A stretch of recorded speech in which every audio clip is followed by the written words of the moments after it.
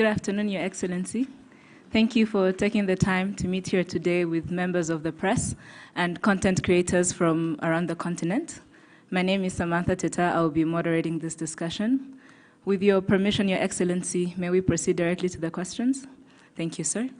I would like to remind members of the press, will you please introduce yourselves and your media house, and then please limit yourself to one question so everyone can get a turn. If you have a question, please. Maybe let me say yes, sir. A word or two before we get started. Always aware, like you are, where we are on a number of things. I think we can talk about the economy, the country, and how it is operating under all kinds of constraints, as we know them, internal, external factors leading to that. We may talk about regional integration, which has been on the agenda for every country that is part of this Eastern African region. We may talk about conflicts, mainly the one in our immediate region and neighborhood. We may talk about global issues, the geopolitics and all kinds of stuff. But I can't forget to thank Rwandans who stay the course and contribute to the stability of the country and contribute to other situations far away from here under different circumstances. I think some of the achievements or the progress thereof made in the country, it's largely because of our population, our people who, even when there are serious problems, they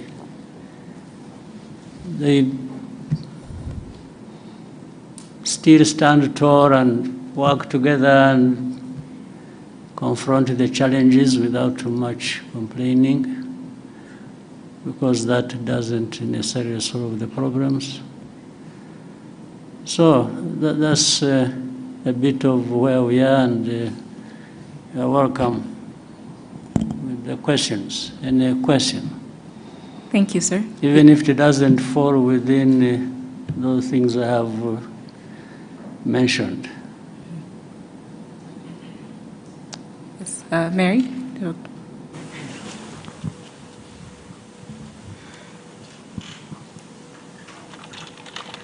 Good evening. My name is Mary Wangare from the East Africa, Nairobi. My question is in regards to the African Continental Free Trade Agreement. Would you have any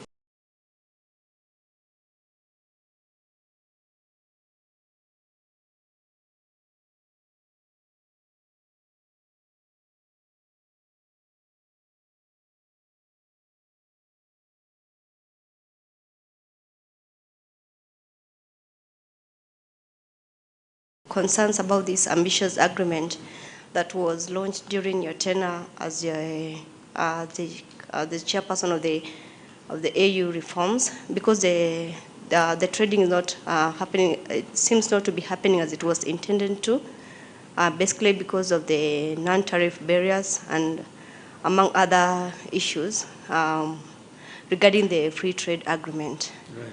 Yeah. I take one by one, maybe. It's easier to answer directly to the question. Well, first of all,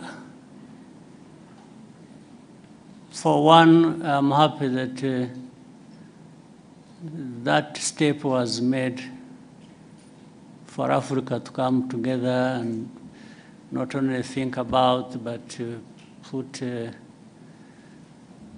framework in which we are going to realize broader trade within the continent and trading with each other through and guided by AFCFTA. And so that is a good step to begin with. But that's not an end in itself.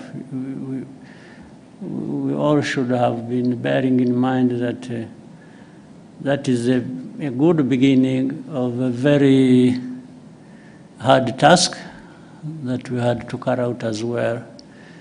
And doing it brings more benefits than just creating a concept around and framing things around trade and trading with each other. Doing it is the most important thing. And that's where we have fallen short as a continent. We are falling short. We are not moving at the right pace, and therefore that requires we look back and ask ourselves all along, why did we create this? And if we fully understood the benefits, how can we falter on the way to doing what we have to do? So that takes discussions. We keep nudging each other and trying to find the excuses some people have or reasons for not contributing to it fully as we should. So that's a work in progress. But I agree with you. It can cause frustration, and for good reasons. I think the Africans must be frustrated, and maybe those who really put a lot of weight to all this must be feeling the frustration. But we can't just keep complaining. We have to find a way of getting together and doing what we have to do. Again, it's not as easy as that, as just saying it. So I'm concerned, but I'm also happy that this effort was ever put in place. So the frustration is just about how fast and how well we can move forward. Mm-hmm. Thank you, Excellency. We'll take the next question from Dive, RBA.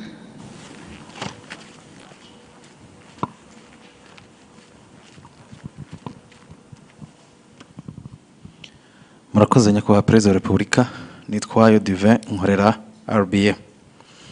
Nyakubahwa Perezida wa Repubulika, leta imaze iminsi ifata ingamba zikomeye ku binyobwa bisembuye n'inzoga zitujuje ubuziranenge.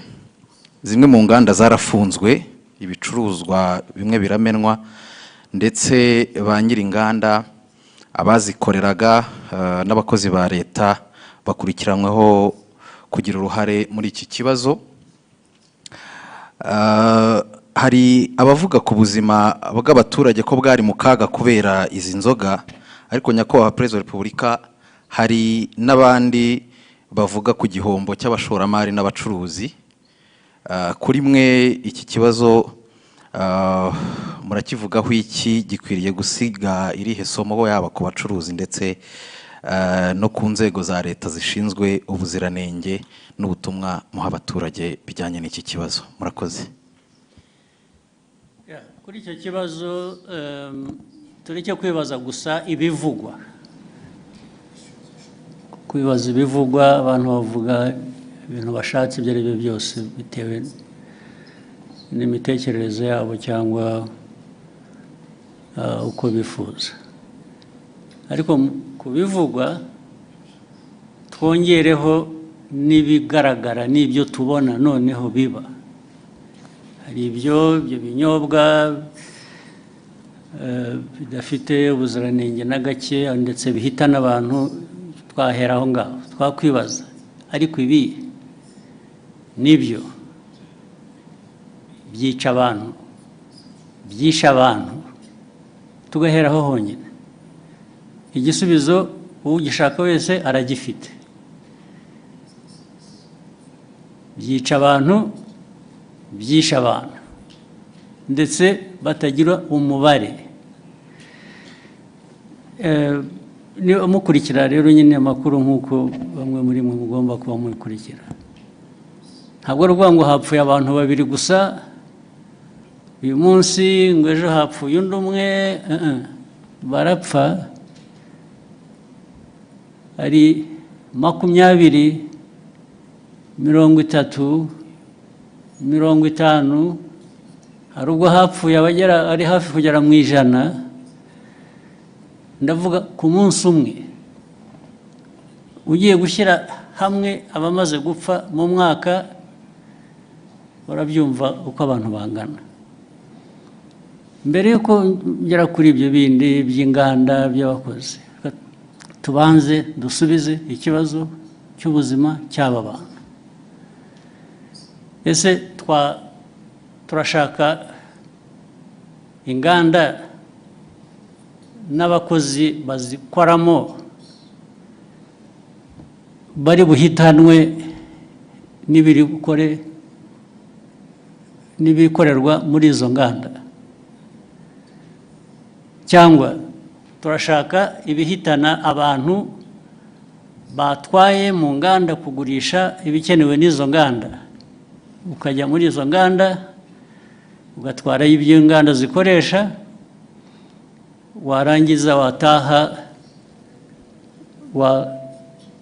wakwifuza gufata ku byavuye mu byo watwaye mu nganda ukahagwa. Ibyo ni ubuzima abantu bakwiriye kuba bemera bakurikira. Ariko noneho wenda turavuga ibya hano gusa, nabyo kandi bifite agaciro, ari nabyo duhereyeho.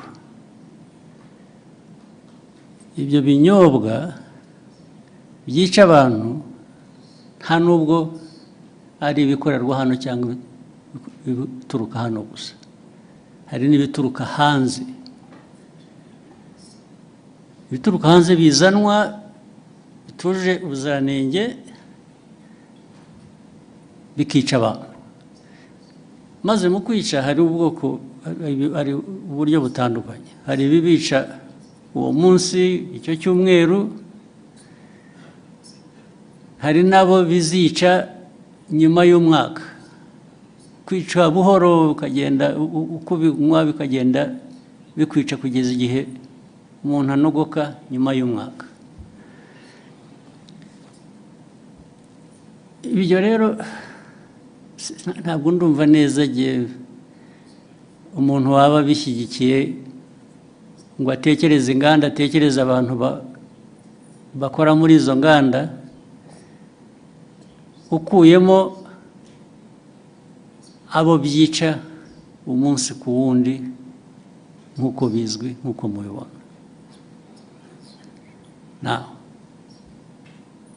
Abo rero reba nk'uruganda cyangwa uburyo abantu bateguye ibyo binyobwa, byaba ari mu ruganda, byaba ari mu rugo, byaba ari hehe,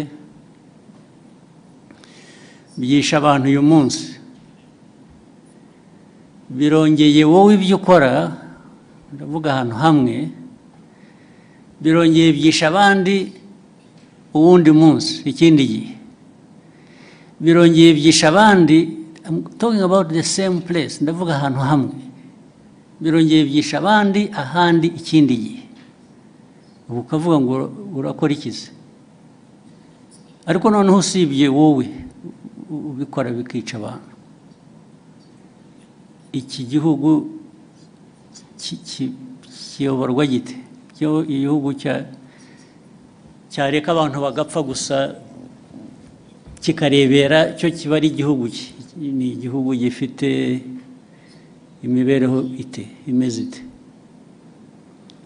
Ni nayo mpamvu bariya bashinzwe imirimo itandukanye ireba ibi by'ubuziranenge uvuga bakurikiranwaho babazwa ibyo babazwa, nicyo bagiriyeho. Izo nzego zigiriyeho kureba ngo ibikorwa ibyo ari byo byose ntabwo byica abantu, ahubwo ni ibifasha ubuzima bw'abantu gutera imbere. Bamwe muri aba rero ndibwira ko babifitemo uruhare, ndetse bashobora kuba bafite n'uruhare muri izo nganda, cyangwa se abafite izo nganda babahuma amaso bakareka ibintu byabo bigahita bikajya kwica abantu. Ibyo niko ntekereza, ariko noneho bazabyisubiririza igihe bakurikiranweho ibyo ngibyo, nibo bazabisubiza, nta wundi wabibasubiriza. Si ibyo gusa, n'ibindi tumaze iminsi tuvuga, niba mubikurikira, ibi biyobyabwenge abantu hari iby'ibinyobwa, hari ibindi by'ibiyobyabwenge abantu bahinduye, mwagiye murabiririmba mubyita amazina y'igitangaza, mugira mute, birica abantu, birica abana, birica abantu batoya. Iki gihugu n'abakuru hari ababirimo, ndetse birica abantu. Igihugu cyaberaho kugira ngo kirebere abantu bapfa, abantu bacyo bapfa. Ntuvuga ngo hatazagira ubaza bakwiriye kubaza impamvu abantu bapfa, ntabwo ari ukubaza impamvu ibyica abantu bicibwa. Kuri iyo ntambara rero, abanyumva cyangwa n'ababirimo bo babyiteguye, ntabwo abo turaza guhangana nabo nyine. Ibintu baraza kujya ku murongo uko bikwiye, abantu bazi icyo bisaba, baragishoboye.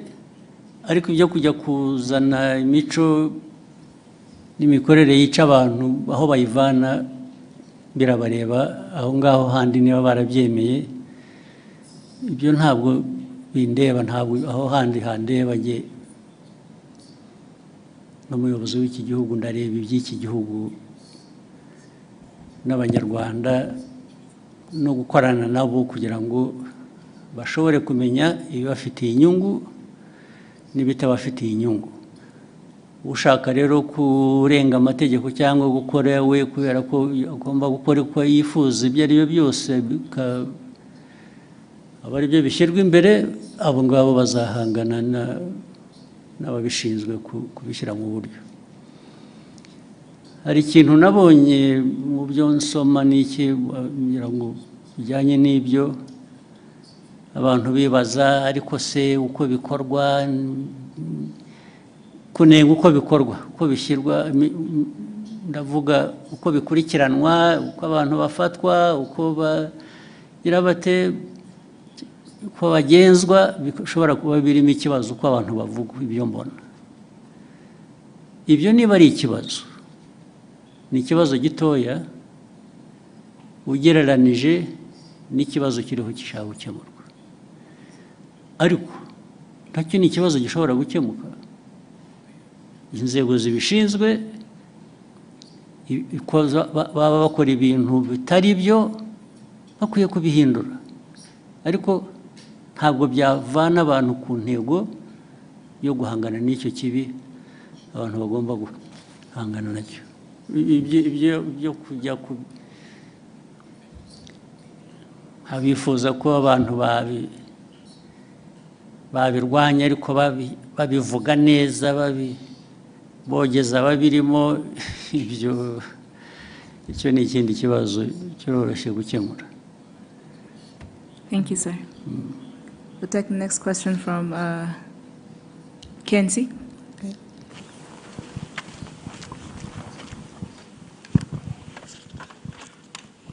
Thank you, Your Excellency. I am Kakoza Nkuriza Charles, known as KNC, from TV1. Your Excellency, it's over a year since Washington Peace Agreement. But till now, FDLR, it is a threat to Rwandan security.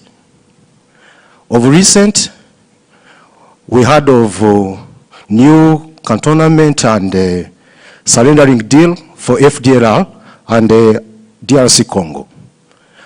And the Congo is putting it out as a commitment to the Washington Peace Agreement. Your Excellency, does Rwanda see it as the neutralization process that was put into that agreement, or it is a political trick? Thank you, Excellency. Yeah, this problem of FDLR and other associated problems we have in the region, we have in Eastern Congo.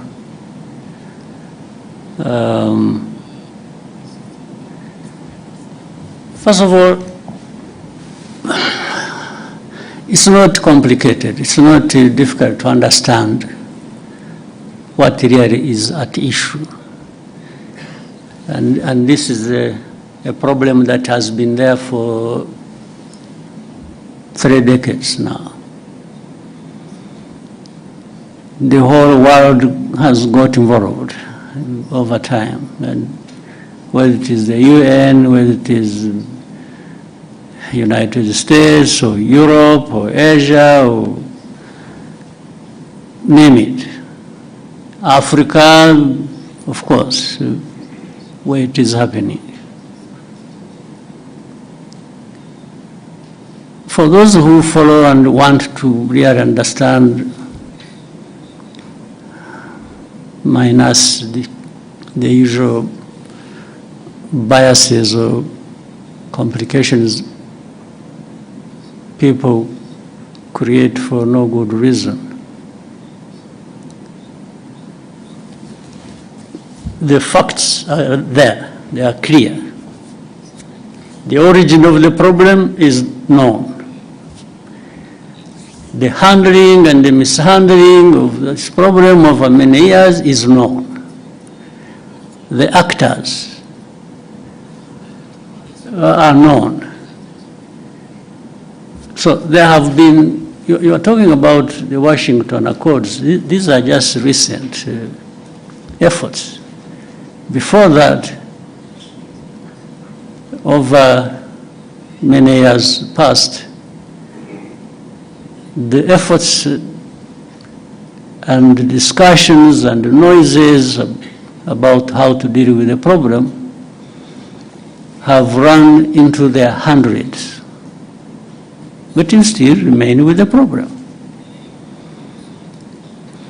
Some would even want to simplify it and say it is Rwanda the problem.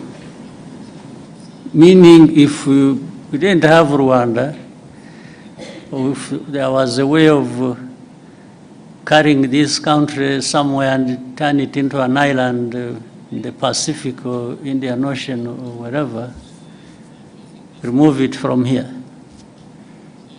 That may be a solution. That's what they imply here. That maybe a solution would be found. But ask yourself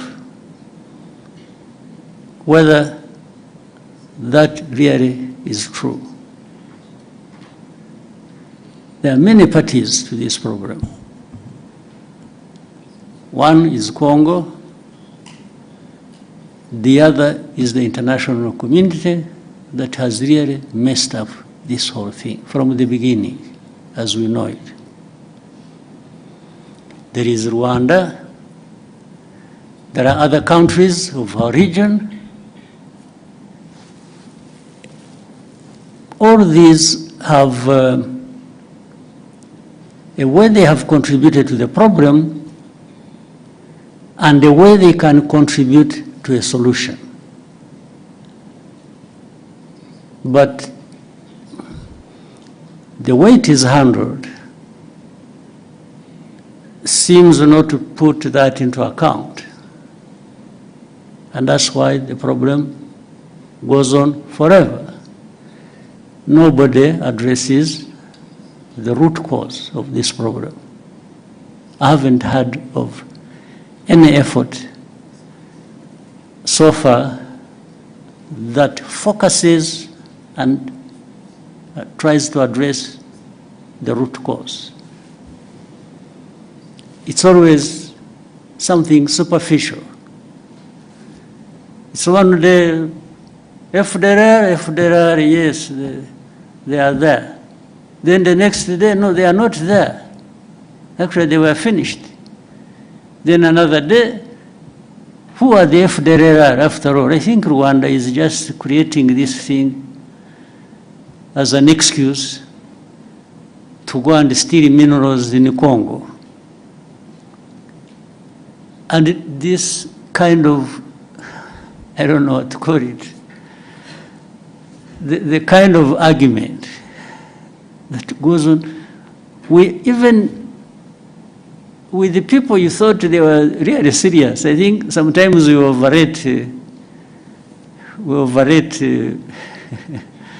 the capacity of leaders and countries and so. When you listen to some of these arguments and the people they come from, you really wonder what you have to deal with. So no root cause addressed.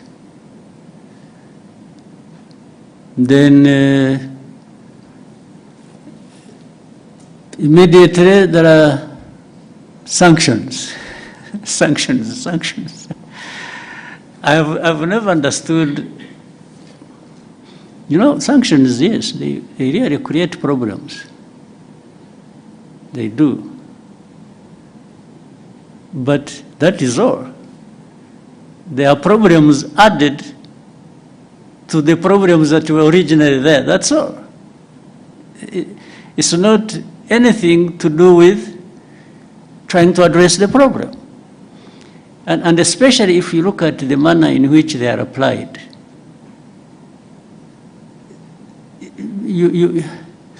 Instead of sanctioning FDLR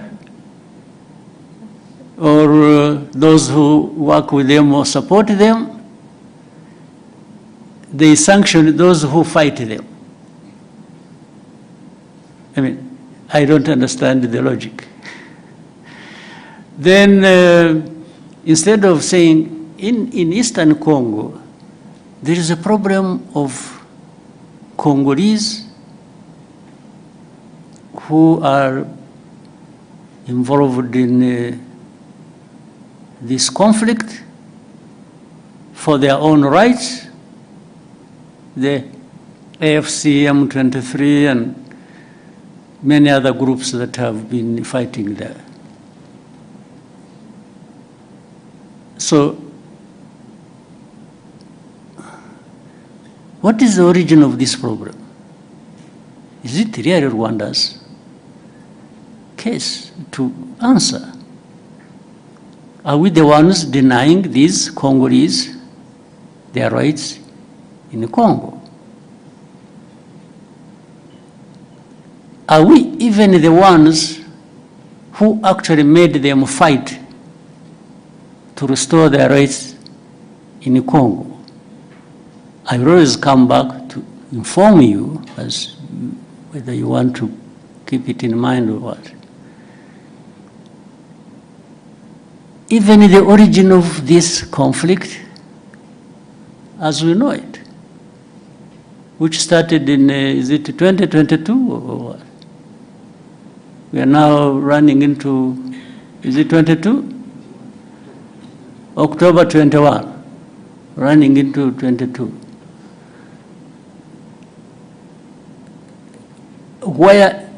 How did it start? Actually, this conflict was started by Congo itself, working with people to have this invasion into Congo start, and the plan was always to put it on the shoulders of Rwanda.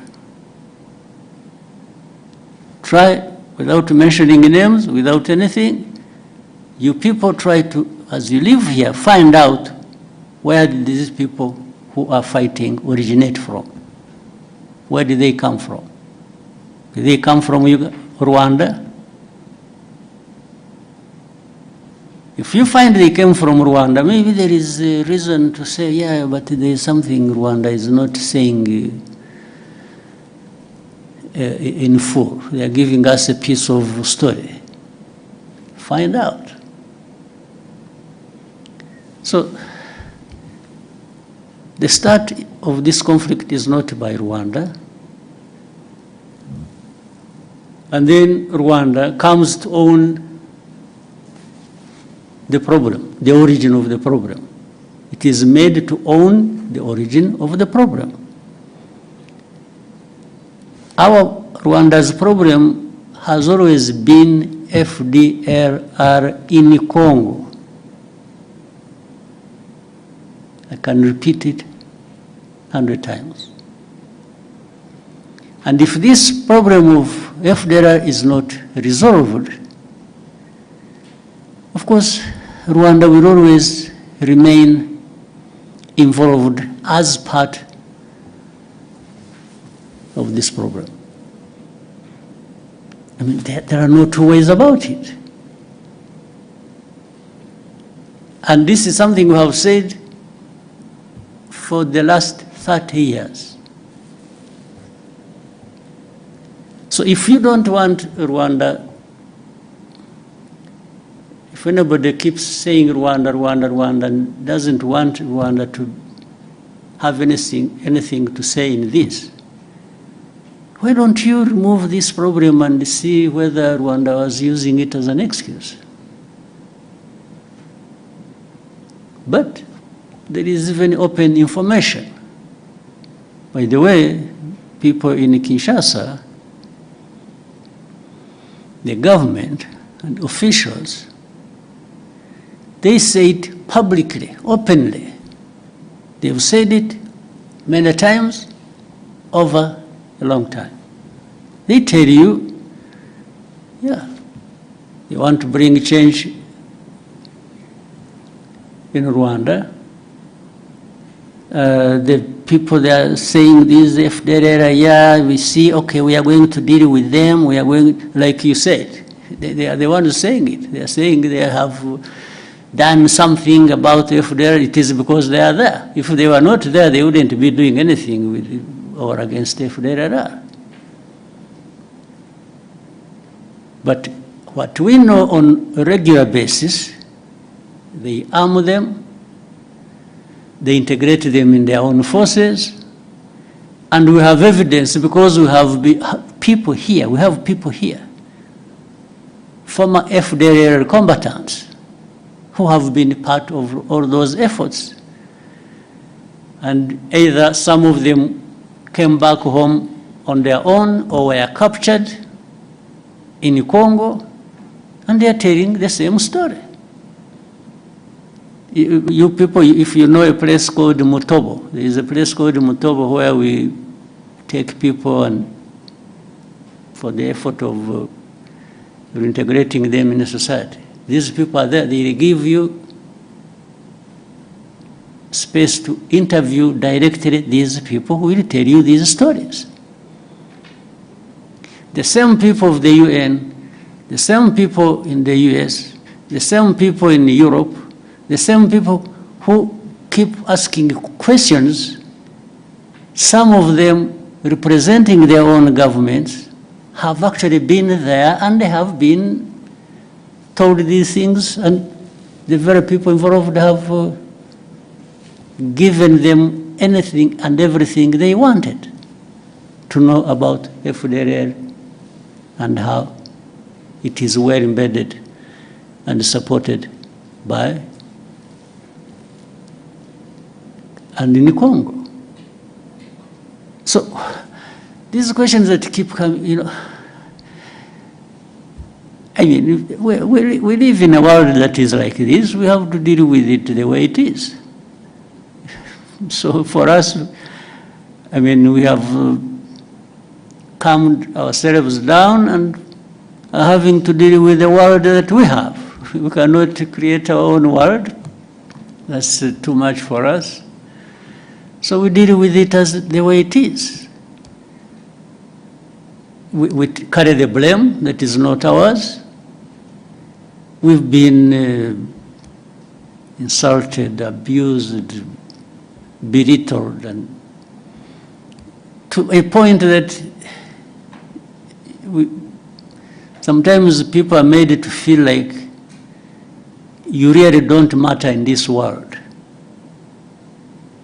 What they tell us, what they keep saying, it's like they're giving us a message, you don't matter. So sanctioning is just to punish you, to drive the screw hard into your back. And at that expense, they promote whoever they want to promote for whatever reasons that are not my business. But the question remains, how do we behave ourselves? One, we behave in a manner that protects us at any cost. We will do anything that contributes to that protection, day or night. There are no two ways about it. That one we will, no question. We will also try to do what is right. If we, you know, we are a country that can't afford to mess up. If you give the so many enemies we have an excuse, a chance to bring it to us, I think it will be largely our mistake. So we try to avoid that. We do what is right to protect ourselves, and we will do it without fear or favor, day or night, anytime. We are happy to do that. Actually, it's a pleasure to do the hardest task to protect ourselves. That's what it is. And the rest, what we try to do is actually, we've been trying to team up with other countries in bringing peace in different parts of our continent. And that simply underlines how much we want peace. Rwanda, we want peace. To the point that we are ready to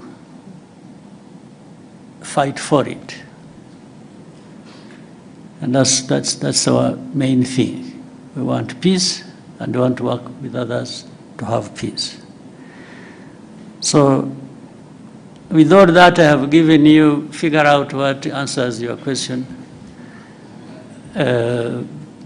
But that's what it is. Thank you, Excellency. We'll take the next question. We'll take one from James Munyaneza, opportunity.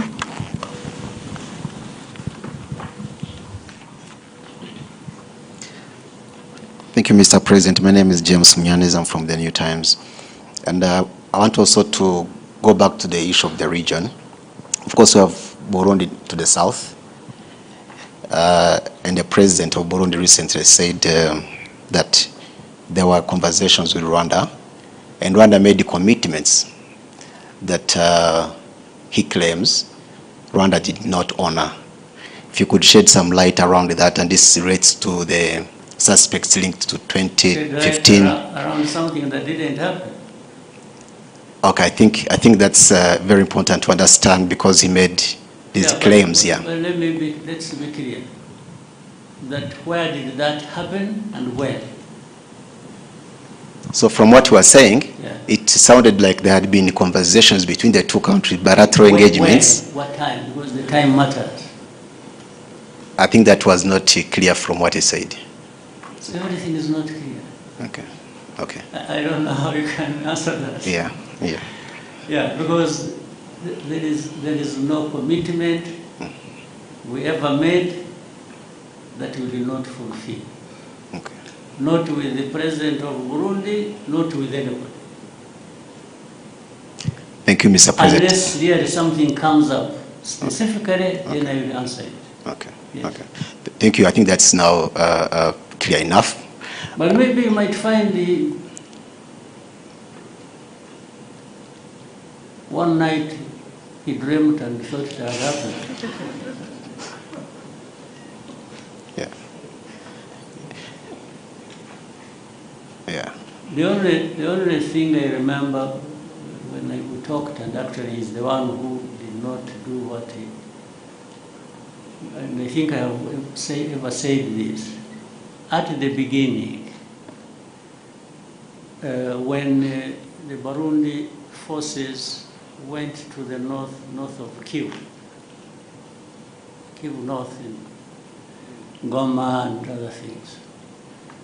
When we learned it, we learned about it through intelligence. I called, I'm the one who called the president of Burundi that time, and asked him, I asked him that I have heard there are forces of Burundi going to our north Kivu. I said, why would you be, and I told him, I said, there have also been these accusations that Burundi, in a way, has been associated with this FDLR. Much earlier, before there had been some, we remember in Inyungwe area when there was, there were reports and there were incursions from Burundi, some group called this, they have some name. FLN? FLN. They were coming from there. So I said, but I have heard, on top of that, association of Burundi with FDLR. Now I'm hearing that you are sending forces to North Kivu. I said, President, is this true? The man said, no. It was like, who told you? There is nothing like that. In fact, he insisted, he told me I should check, I should cross-check my information. That those people who just want to cause problems, must be people who told me lies, and so on and so forth. I said, President, I will take your word, much as I think the reports I received were credible. But I will take your word for it. I mean, a couple of weeks after, they were captured in the North Kivu.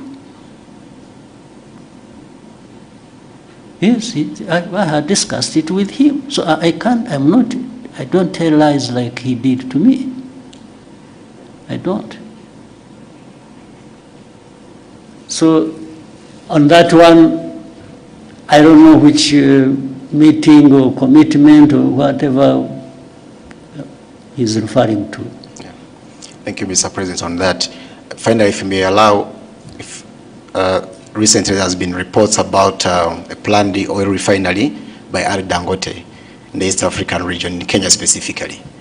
And then reports also, were saying Kenya is, he had offered a stake, 30% stake.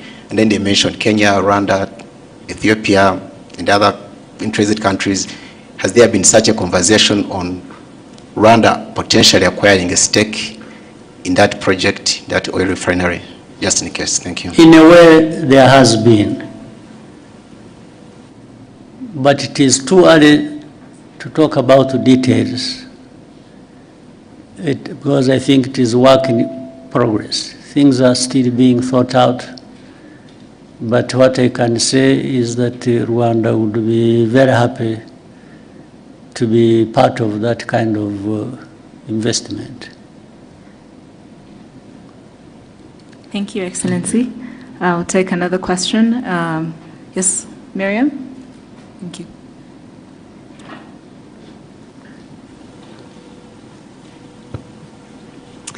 Hello, my name is Mariam, and I'm a content creator from Morocco. I have been cycling around the continent for the last 3 years, crossing 34 African countries. And while traveling, I saw how... Congratulations. Thank you so much. And while cycling, I saw how much it was challenging and expensive to cross borders. And my question for Your Excellency, what's the example of the mindsets you can give, like, to African leaders to make it easier for Africans to connect and build opportunities together? Thank you. Right. Well, to begin with, I don't want even remotely to be perceived like I'm thinking for other people. I think for myself, and together with Rwandans, we think for ourselves. We can think together with others if they want so, if they invite us, if they think it is helpful. But we always want to do our best at home here. But in the meetings we have had, and there have been several at different government official levels of different countries on our continent, to talk about this visa-free or making really ease of crossing borders and so on and so forth. We give our opinion, not only our opinion, but example of what we are doing for ourselves, so that other people either may, because what we are telling them, first we demonstrate that we have not encountered any serious problems by making it easy for people to cross our border, in or out. We just demonstrate that. We haven't found any problems. What we have discovered are only benefits. And that's what we share with the people. We tell them, for us, in our experience, we have discovered the benefits. And we tell our brothers and sisters, why wouldn't you want these benefits yourselves? But that's where we stop, because we can't do anything for anybody else. So, yeah, we keep doing what we think is best for us, or even for the continent, that is within our means, and keep sharing it, and keep looking forward to working together with others in the continent to do really what is expected. That's the only thing we can do. Yeah. So otherwise, I mean, one of the benefits is that you can be there and tell the story. You didn't lose anything, we didn't lose anything. I think we gained that you were able to come to our country and do whatever you want to do, and you will leave when you want to leave, and you will come back sooner rather than later. And that's, so imagine if it was multiplied thousands or millions of times, the benefits the Africans would have in that. Thank you, Excellency. Shall we take a question from Iramide, the front?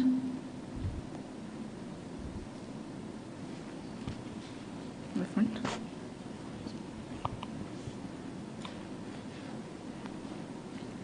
Good day, Mr. President. My name is Iramide Ajayi. I'm an actor, digital creator from Nigeria.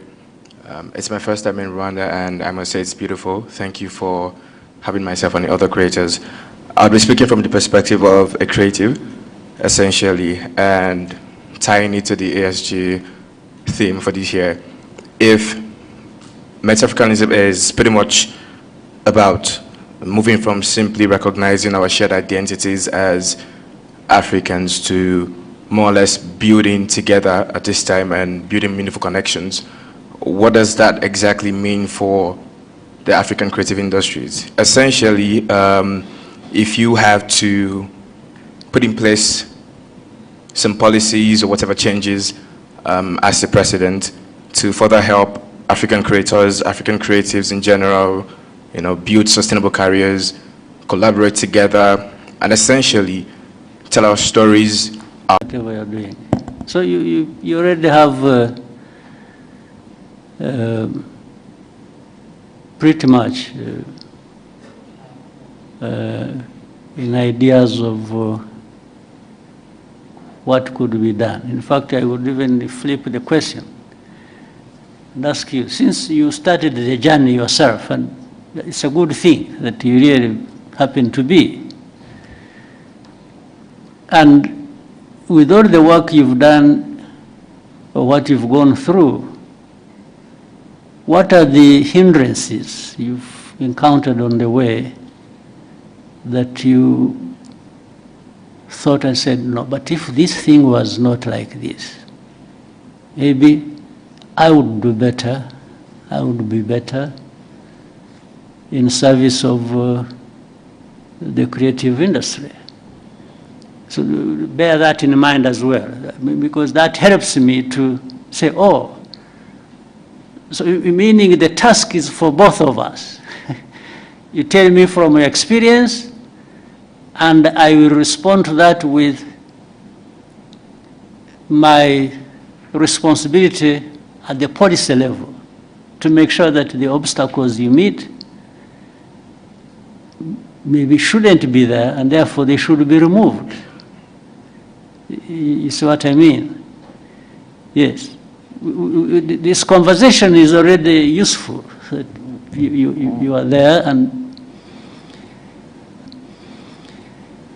like others who raise it, whether it is the AFCFTA or the lady from Morocco who was riding through this country, and the creative, and so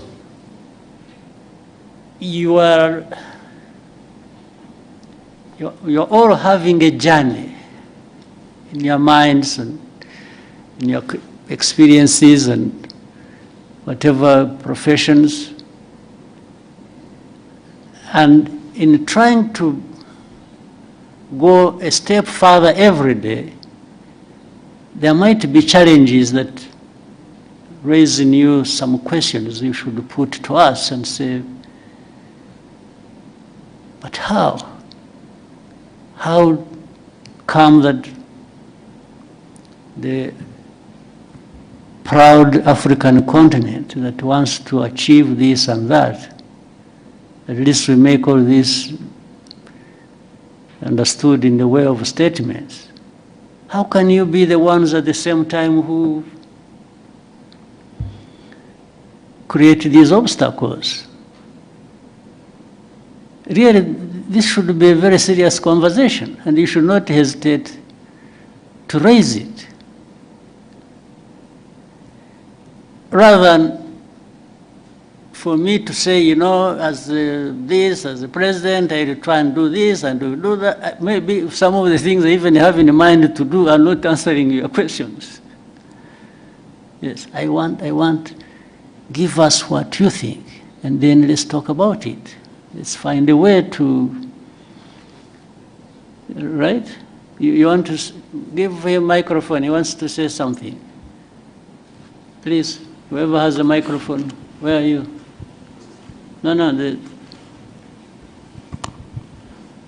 Thank you, sir. I think you have rightfully made a fantastic point. It's clear that it takes two to tango in this situation. Now, from my POV as a growing filmmaker, I work in one of the biggest film industries out of Africa, and that's Nollywood.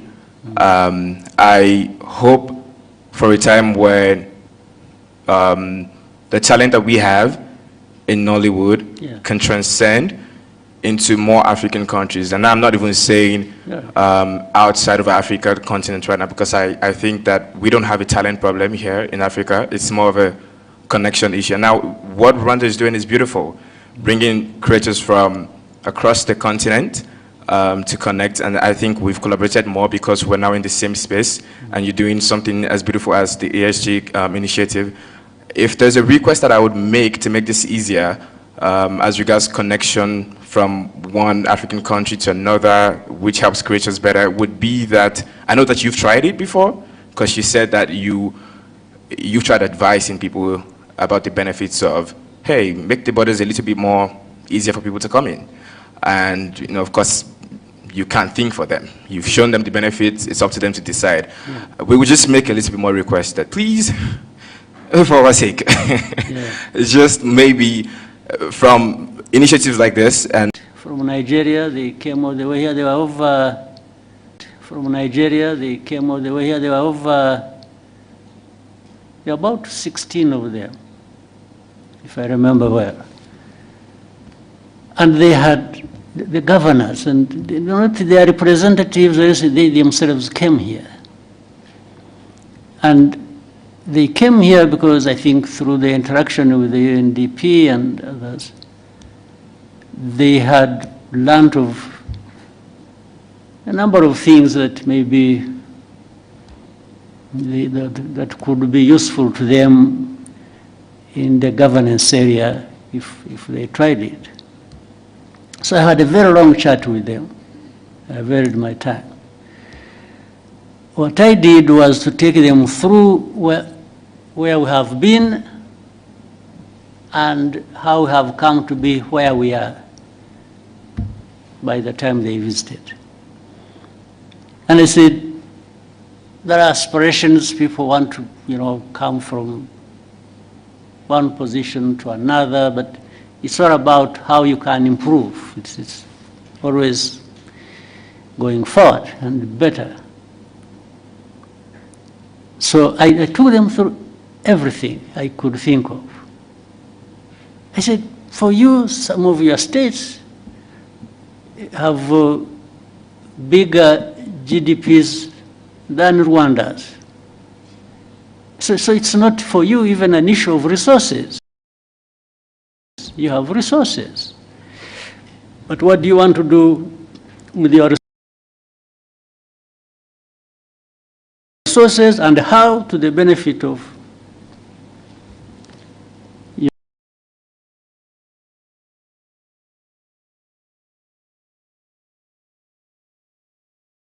You are different categories of people. Meaning, I don't control their GDPs. Their budgets, their money. No, it is them who control it. So where do you want to put it? And that's why I was giving them what we are going through and where we put our money and why and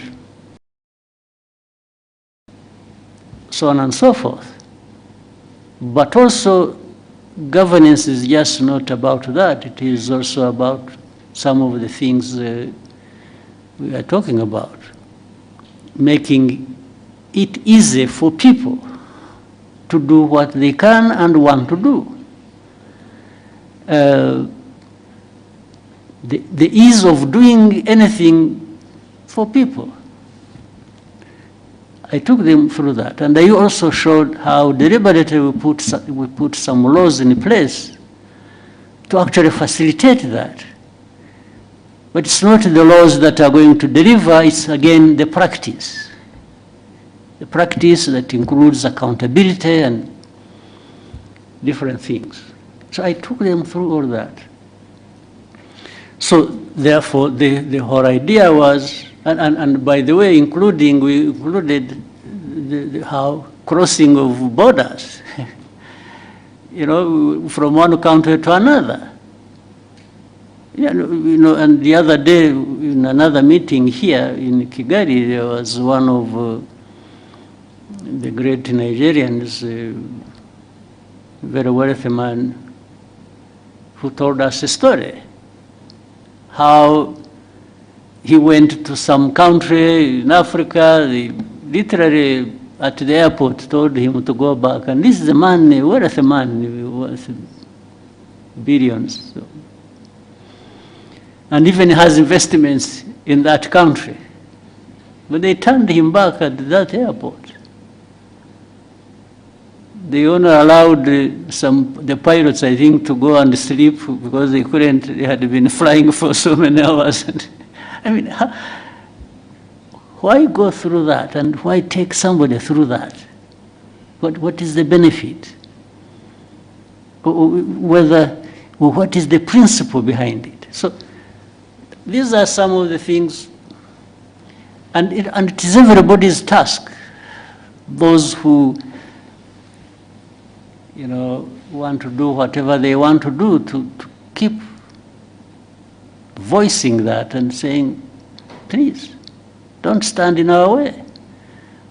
What we are doing is not harmful to anybody, but beneficial to everybody. What is the answer going to be from those who create obstacles? I don't understand. So anyway, let's keep trying. Let's each do our parts from whatever vantage point we are, but working together even more, we can make a difference. I'm sure the story of the lady from Morocco, so riding through, first of all, cycling across Africa is very impressive on its own. I mean, for somebody to try and put a roadblock for that, I mean, I don't know, it must be crazy. Yes. So, yeah, we can keep talking about it, but there are things that are self-inflicted, problems that are self-inflicted here on our continent, to say the least. Self-inflicted. There are problems we create for ourselves. But let's keep trying. Thank you, sir. Mm-hmm. We'll take one more question. Scovia, please, go ahead. Before that, Scovia, Mr. President. Exchange nabonye hagati yawe na Minister Olivier byari ibiki? What happened? Interested kumenya uko nayo ukurikiranye nkagerageza kureba ikibazo kirimo nkakibura.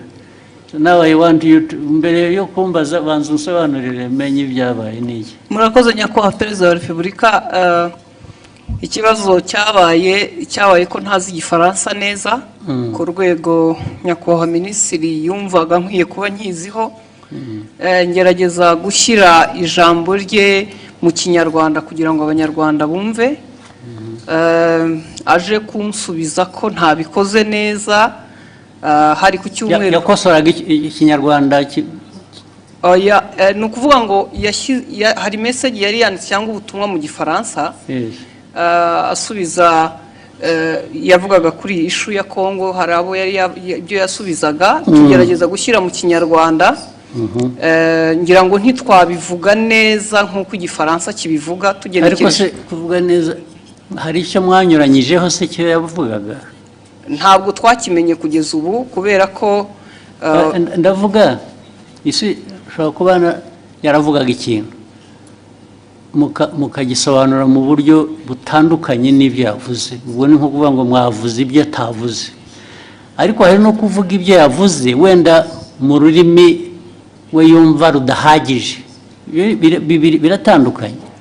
Yego. Icyo cya kabiri igihe nta kibazo mbonamo kuba wavuga ibyo navuze n'ubu ngubu nimuva ugenda ugasobanura ibintu navuze cyangwa nashubije mu nzira iyo nabishyiragamo, ariko wenda ururimi rukagobwaho akantu gato, ntabwo ugenda nabibonamo ikibazo. Ariko ugiye ugahindura ibyo navuze Yesu ukavuga ko navuze no, ubwo biba byahinduye isura. Aho niho nagira ikibazo. Niko byagenze or what happened? Ntabwo twigeze duhindura icyo yavuze, nuko tutakivuze mu gifaransa ngira ngo cyanyacyo, kuko na message utabisobanuye mu kinyarwanda ngo gihwanye n'igifaransa cyiza yavuze. Noneho ushaka intambara z'ubusa kweri. Hanyuma aza gusubiza, ndabyibuka hari ku cyumweru, ngira ngo hari nuko nari njyenyine iyo mba ndi kumwe n'undi yarangiriye inama itari igisubizo natanze, kuko naje mvuga nti ntiwigeze utubwira ikosa twakoze ngo turikosore, kuko we yagaragazaga ko dukwiye gusubira kwiga igifaransa, kandi koko sinkizi, ariko abo dukorana bamwe baba bagerageje. Ngira ngo naho habaye kutumvikana na nyuma ndisegura kuko ntari ku rwego wenda rwo gusubiza. Ariko wiseguriraga iki? Ko nashubije minisita ndi umunyamakuru muri urwo buryo. N'ubu ndacyasaba imbabazi. Bishoboka. Ahubwo azagusaba imbabazi ariwe. Kuko ibi bya protocol iby'abajanesi ntabwo birimo protocol. Yes, ndabona ushaka icyo kintu ndashaka kuko nabonye hari ugusaba imbabazi sinabyumva.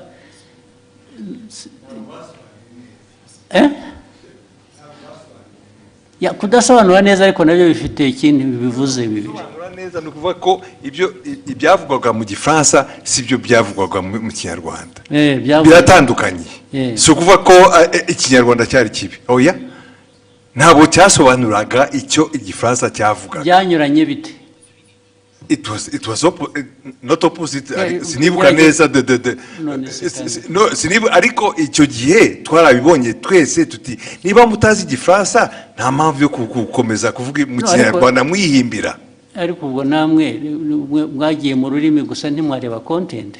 Nge ndashaka kumbwira content. Nyakubahwa unyemereye buretse content nuko cyanyuranyijeho ni iki yavuze iki ku buryo kinyuranyije n'icyo undi yari yavuze. Aho izo mvi zanjye zintaye kuko no ariko icyo nibuka icyo gihe kuko twese twabibonye icyo minisitiri nta makosa yakoze avuga ati hari ibyo gihe navuze mwebe musobanura mubwira abanyarwanda ibitari byo. Yes, ariko ntabwo wavuga utyo gusa utavuga ibyo ari byo nawe. Muri aka kanya mu mbabarire nizo urabivuga n'imbaraga ukagira ngo kuko hari substance, hari na form, hari content na form. Content ya misrepresentinze ni iyihe, ariko the form bijyanye na language bishobora kuba bitari uko bikwiye kuba bimeze cyangwa uko byumva, ariko did it change the content? Yes. Uravuga yes, nakubaza ntabwo ubizi. Nibyo nibuka ariko na minister nawe arahari. Of course, n'ubundi iyo mbwira nkabaza minister na mbere hose. Yes, minister tubwire. Very important kuri jye nabonye abantu bahereka. Ariko nta protocol iri mu bibi bintu. Nabonye hari wasubiza ngo abwiye minister nabi bisa nabi ko tubazi. Murakoze Your Excellency, ntabwo byari ikibazo cya protocol, ntabwo byari n'ikibazo cyo gusubiza minister nabi, nge nta kibazo nari mbifiteho. Ikibazo ni content. Nari navuze bijyanye n'inama yabereye i Nairobi ya Africa Forward Summit twari twagiyemo. Tujya ku substance nyine quickly, kuko guverinoma ya Kongo yavuze yuko ngo mu nama ngo bavuze ko u Rwanda rwabateye bakabibwira bari mu nama, kandi iyo nama ntabwo perezida wa Kongo yari ayirimo, yaje irangiye bazanye umukandida wa muri francophonie. So abanyekongo ibyo bavuze nibyo bitari byo, hanyuma ndabivuga muri tweet mu gifaransa mbabwira ko ibyo bintu mwavuze ko abanyekongo ibyo bavuze atari byo. Hanyuma rero mu kiganiro na Scovia barimo bagerageza gusemura, barabiquestioninga byose. Bande ibyo navuze barabiquestioninga yuko muri ikiganiro Scovia n'abandi banyamakuru basangiye stage muri mama w'u Rwagasabo. Hanyuma baranavuga yuko bavuga yuko ibyo navuze ahubwo bagiye kubibaza umuhanzi witwa Sherry Silver wari watumiwe ngo aze muri party yagombaga kuba after the meeting ya Africa Forward Summit. Ku buryo navuze yuko bitanakwiye yuko ariko ibyo bavuze bitajyanye n'ibyo bavuze ni ibiki? Nibyo ngibyo byuko Kongo yanenze u Rwanda mu nama, kandi Kongo perezida wayo ataranahari. Ibyo nibyo navuze, bo baranabiquestioninga. Banabiquestioninze cyangwa babiripotinze ku buryo butari bwo? Babiquestioninze ibyo navuze, bavuga ko ahubwo baza no kubaza umuhanzi. Babiquestioninze bavuga ko ibyo wavuze bitari byo, cyangwa ko bitari byo, ko bitumvikana, ko ahubwo baza kubaza uwo muhanzi ko ari wewe uza kubisobanura. Ikitarumvikanaga ngo nikize? Nibyo nanjye nibaza, kuko ibyo navugaga byari clear, kuko Kongo yavugaga ko ngo batunenze ko mu nama ya Africa Forward Summit, kandi Kongo itari nahari. Baraje ariko ibyo ni Kongo yabivuze. Ibyo ni Kongo yabivuze, ngewe ndabinenga muri tweet mu gifaransa. Ahubwo bo barananenga bavuga ko bidasobanutse ibyo ndimo mvuga. Bitasobanutse meaning what? Ko ibyo mvuga nenga Kongo ko bitari clear, kandi ari nge wari uhari muri iyo nama. Ibyo navuze byari bisobanutse, kandi ari ikintu kimisinga aho ngaho ntumva neza. Bakwandika bavuga ngo ibyo bavuze si byo, bavuze ibyo bo kuri bo, bakuvugiye ibyo wavuze se bitari byo? Oya, barabiquestioningaga yuko ibyo mvuga bitumvikana. Based ku bintu ntanumva, kubera ko it was clear ibyo navugaga byuko Kongo ntabwo yari mu nama, ntishobora kuvuga. Babiquestioninze bavuga se ngo Olivier arabeshya, ntabwo biri ari byavuze, cyangwa yavuze bashatse kuvuga ibyo wavuze ariko babivuga mu buryo butari bwo, batanga indi content or bavuga ko ibyo mvuga bitumvikana. Ko ngiye ibyo mvuga nka Minister wa Foreign Affairs wari muri iyo nama, ko ibyo mvuga bitumvikana, ko ahubwo bagiye kubaza umuhanzi utari no muri iyo nama. Umuhanzi se bamubarizaga iki? Kubera ko yari yatumiwe muri party yabaye nyuma y'iyo nama. Hari party yabaye, hari umuhanzi wari watumiwe ngo bafashe gutegura iyo party, ngo nibo baza kubaza mu bintu byavugiwe mu nama y'abakuru b'ibihugu narindimo. Aho ngaho niho hari ikibazo. Ariko ikindi kibazo muhitamo kubishyira ku rubuga muterana amagambo. Nuko hari hashize n'iminsi mubwira ibyo batagiye basemura neza, mwandikira akamubwira ko babikora, nyuma bakongera bagasubira bakabidistortinga. Ibyo byaje kuba noneho bitari interpretation. Ibyo bavuze gusa ko ibyo bavuze atari byo. Ko atari byo, ko babiquestioninga. It is very intriguing. What is it? Nyakubahwa, murakoze kongera kumpa umwanya. Abandi mwari kumwe icyo gihe ni bande mbese? ni abanyamakuru dukorana ntabwo bari hano twari mu kiganiro dusangiye amagambo magufi turebe turangize icyabaye leta ya Kongo yavugaga ko bari bahari nk'uko nyakubahwa minisitiri yari yabavuguruje nawe akavuga ko batari bahari noneho mu kiganiro kuko abari talk show atari kuvuga ngo turasoma amakuru kwa kundi twihuta ni ikiganiro mwakora ni ikiganiro noneho tubiteramo urwenya turavuga tuti se ko tutariyo nk'abanyamakuru Kongo ikavuga ko ihari u Rwanda minisitiri akavuga ko adahari turaza kubaza uwo muhanzi twabonye we yaranahara tubwira ngo yarashinzwe protocole kuko yagaragaye yifotoza muri iyo nama na perezida w'Ubufaransa ari nawe mwibaza ngo noneho cyabaye niki twibaza ngo niki tubavuga tuti turaza kubaza uwo ni utari ku ruhande rwa Kongo ntabe na minisitiri ashobora kutubwira ko yamubonye cyangwa atamubonye tubivuga dutyo turagenda nyakubahwa perezida wa repubulika ngira ngo ikibazo cyaje kuba ubwo nyakubahwa minisitiri yazaga kuri Twitter akoresha imvugo igira iti Madame Scovia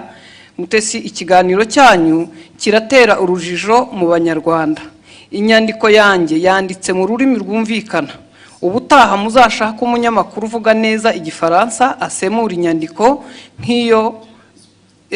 nk'iyi uko bikwiye mbere y'uko muyiganiraho nibiba ngombwa muzabaze ariko urumva mwese ngira ngo mufite muzambaze sorry uretse mufite ikibazo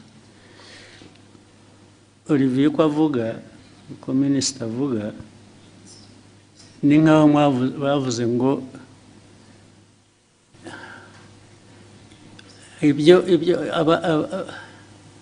yavuze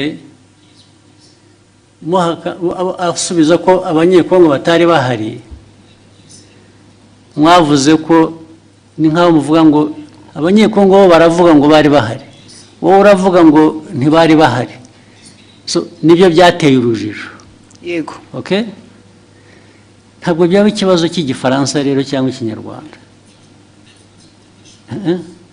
kuko niba uvuga ngo mu iyi nama ntabwo bariya abantu bari bahari okay then wowe ukavuga ngo minisitiri ibyo avuga ntabwo ari byo bariya baravuga ngo bari bahari minisitiri aravuga ngo ntibari bahari icyo kikaba ari cyo kiba ikiganiro ntabwo ari ikibazo cya interpretation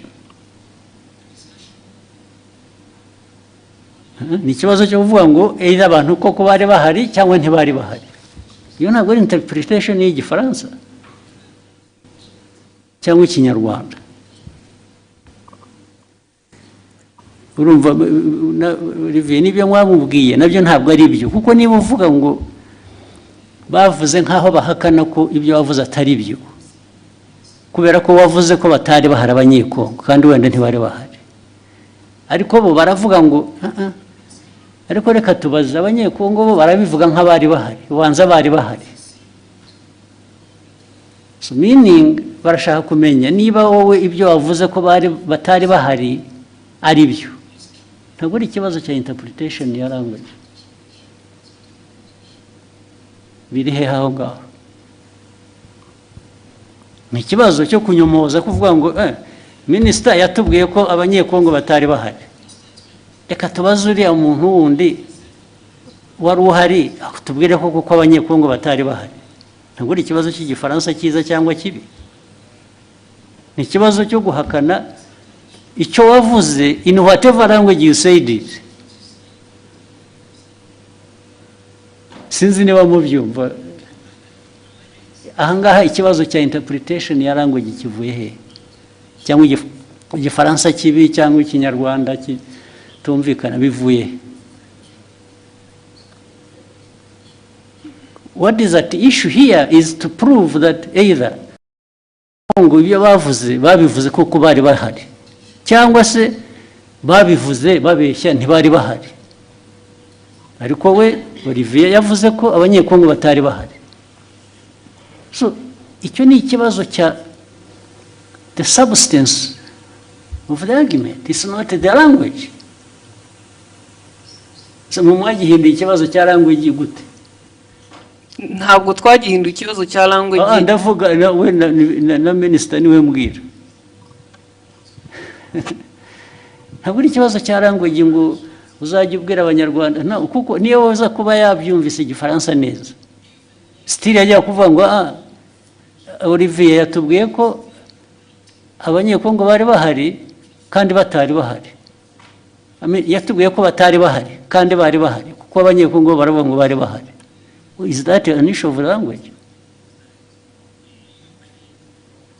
Ibyo mukabiteranaho amagambo mu media gute?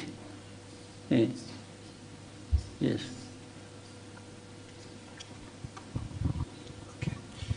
Mwakoze kutwemerera kuba dufite telefone. Nitwa Mutuyezo Swald. Byose narabikurikiye. Ndetse nanjye nagize comment kiraho Minister aranyandikira kuko nanavuze ngo bakwiye kuba babiganiriye mu gikari bitari ku Karubanda. Minister arambwira ati byari maze kuba byinshi. Nge uko nabikurikiye nkanabisesengura impamvu Minister yazanye mu kibazo cy'igifaransa ni impaka n'indende ntago ari kiriya gice cyonyine. Hari ukundi babisemuraga ukumva harimo makosa. Ntekereza ko rero mubabaje nge mbona hari ababirigi nibo babazwa nuko nta nubwo bababajwe rero na content nukuri abantu bababajwe na language. Yego mu buryo basemuraga birashoboka ko ni isesengura ryanjye. Minister atekereza ati ubwo niyo conclusion bakoze ishingiye kuko baba batari kumva neza ubutumwa. Mpagurutse ngira ngo nkemure iki kibazo n'umuntu yandikira arambwira ati ndabizi ko wabikurikiye saba ijambo ukemura ikibazo. Noneho iyindi interpretation kari akantu ka Sheryl Silver Mutesikove yagakubisemo nk'uwiterera urwenya ntabwo byari ibintu biremereye.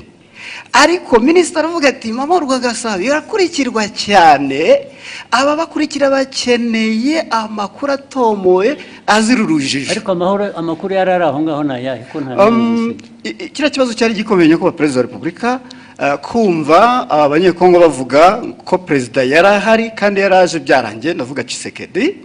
So noneho we Minister yari itonza ashishimura message azingo arabwira abanyekongo noneho babazwa no kubona abantu baje bagasa nk'abayigabanyiriza ubukana ariko ni ibintu bashoboraga gukemurira mu gikari.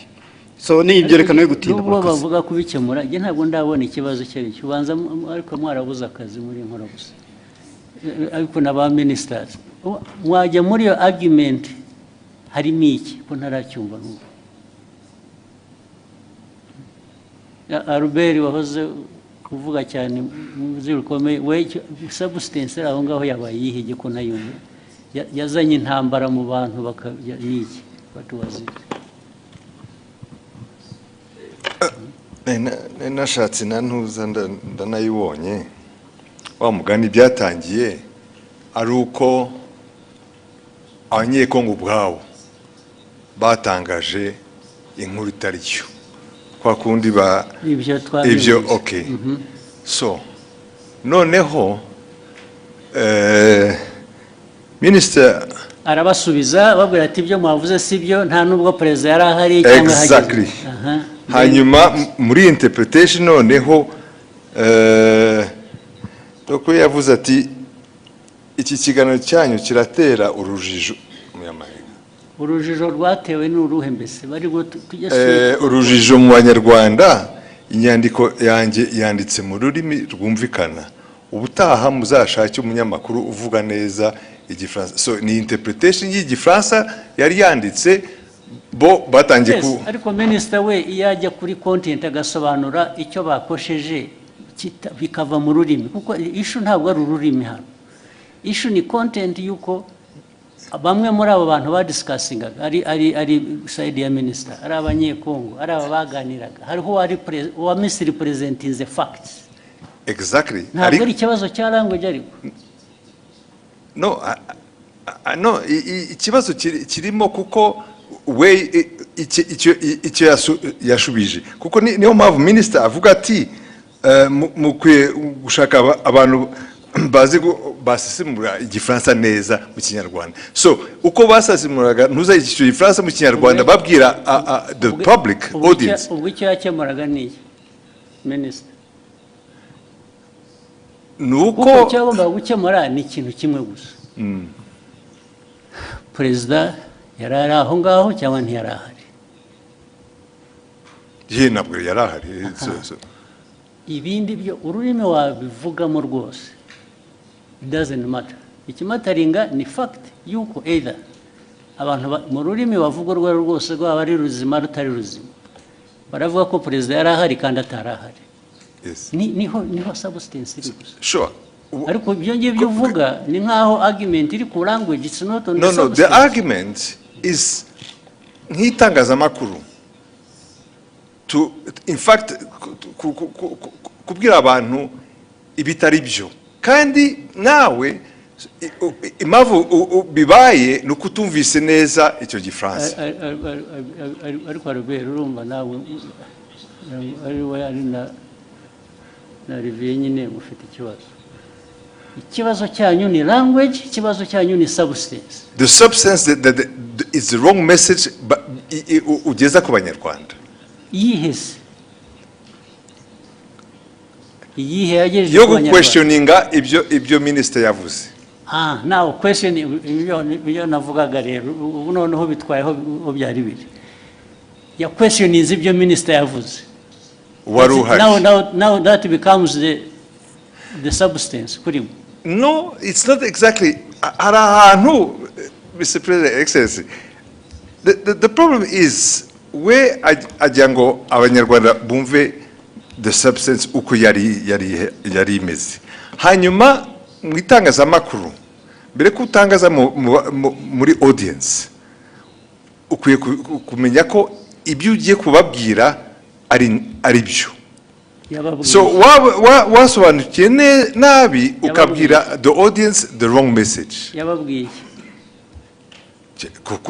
In fact, they were questioning even ibya minister. Why not? Okay.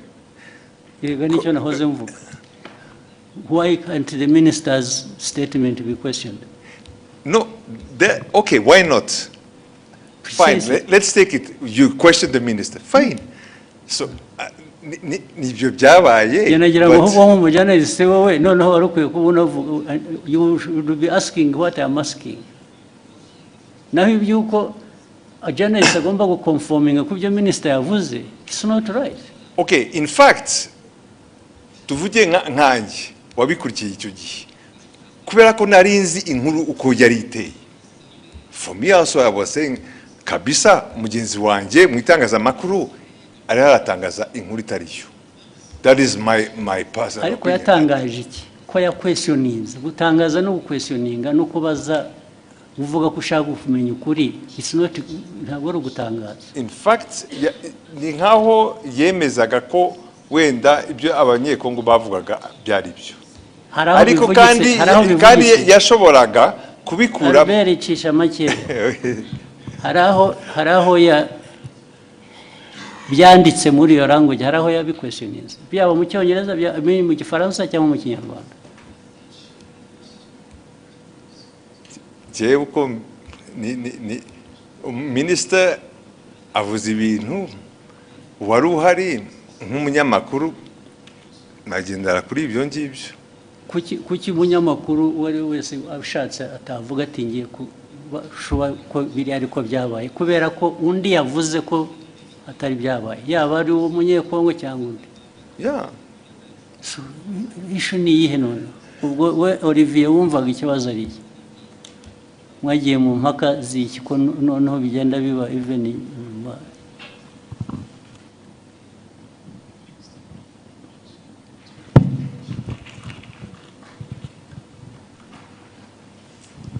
Murakoze Your Excellency.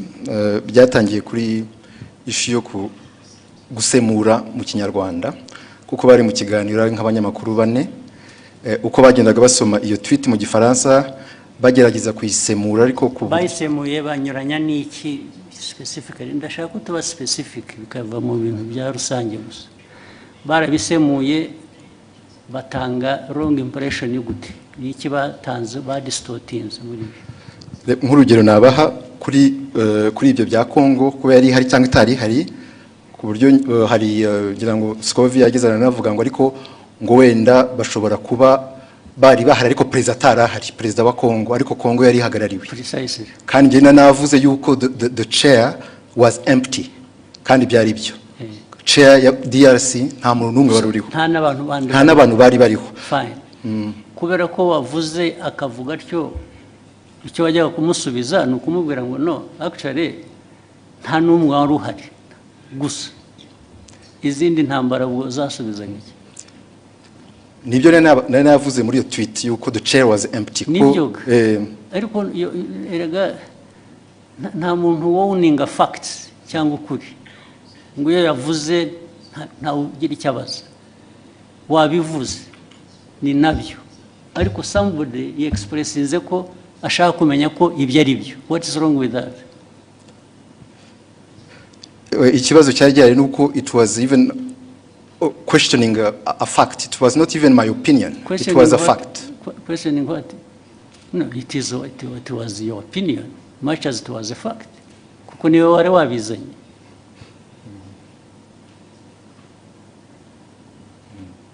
Your opinion can be a fact much as it may not be a fact.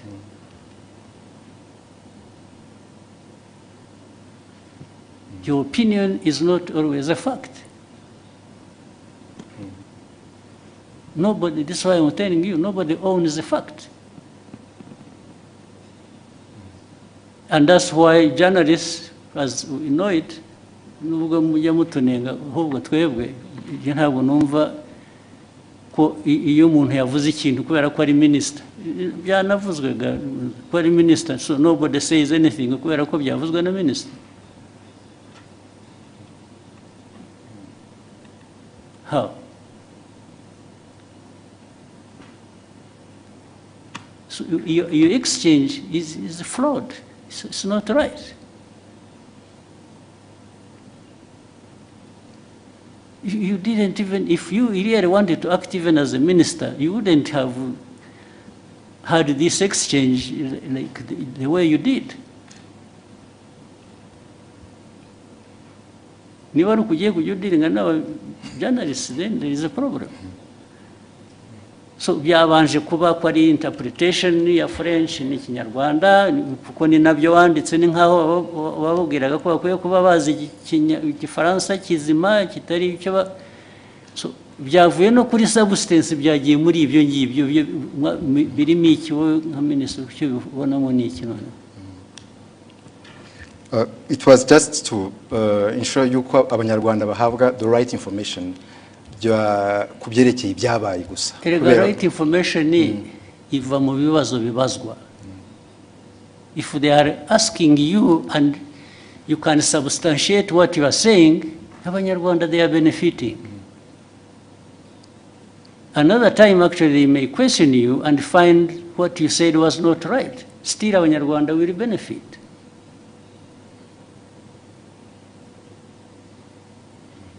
Because Olivier does not have a monopoly of facts. Do you? No, I don't, sir. Hey, so.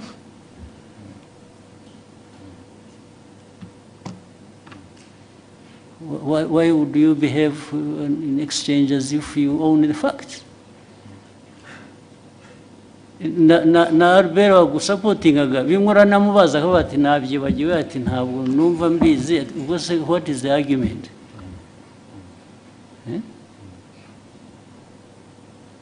Muvaneho kajagari muzo. You ask what you are. Actually, what concerned me why I raised it, I saw him her apologizing, and I thought she didn't have to apologize. Apologize for what? Nasabye imbabazi kubera ko ndi umucuruzi mfite televiziyo, minisitiri kuvuga ko tutize tufite ibintu bitameze neza, nshobora gutakaza isoko, nagombaga kujya mu ruhande rumeze rutya. Ariko kuri jewe waritakaza wa apologizing. When you apologize, babona nasabye imbabazi nabo bambabarire. There was absolutely no reason to apologize. None.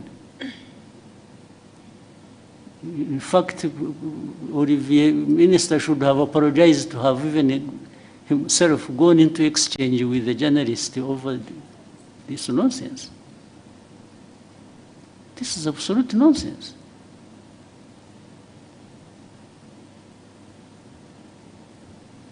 Okay, go ahead.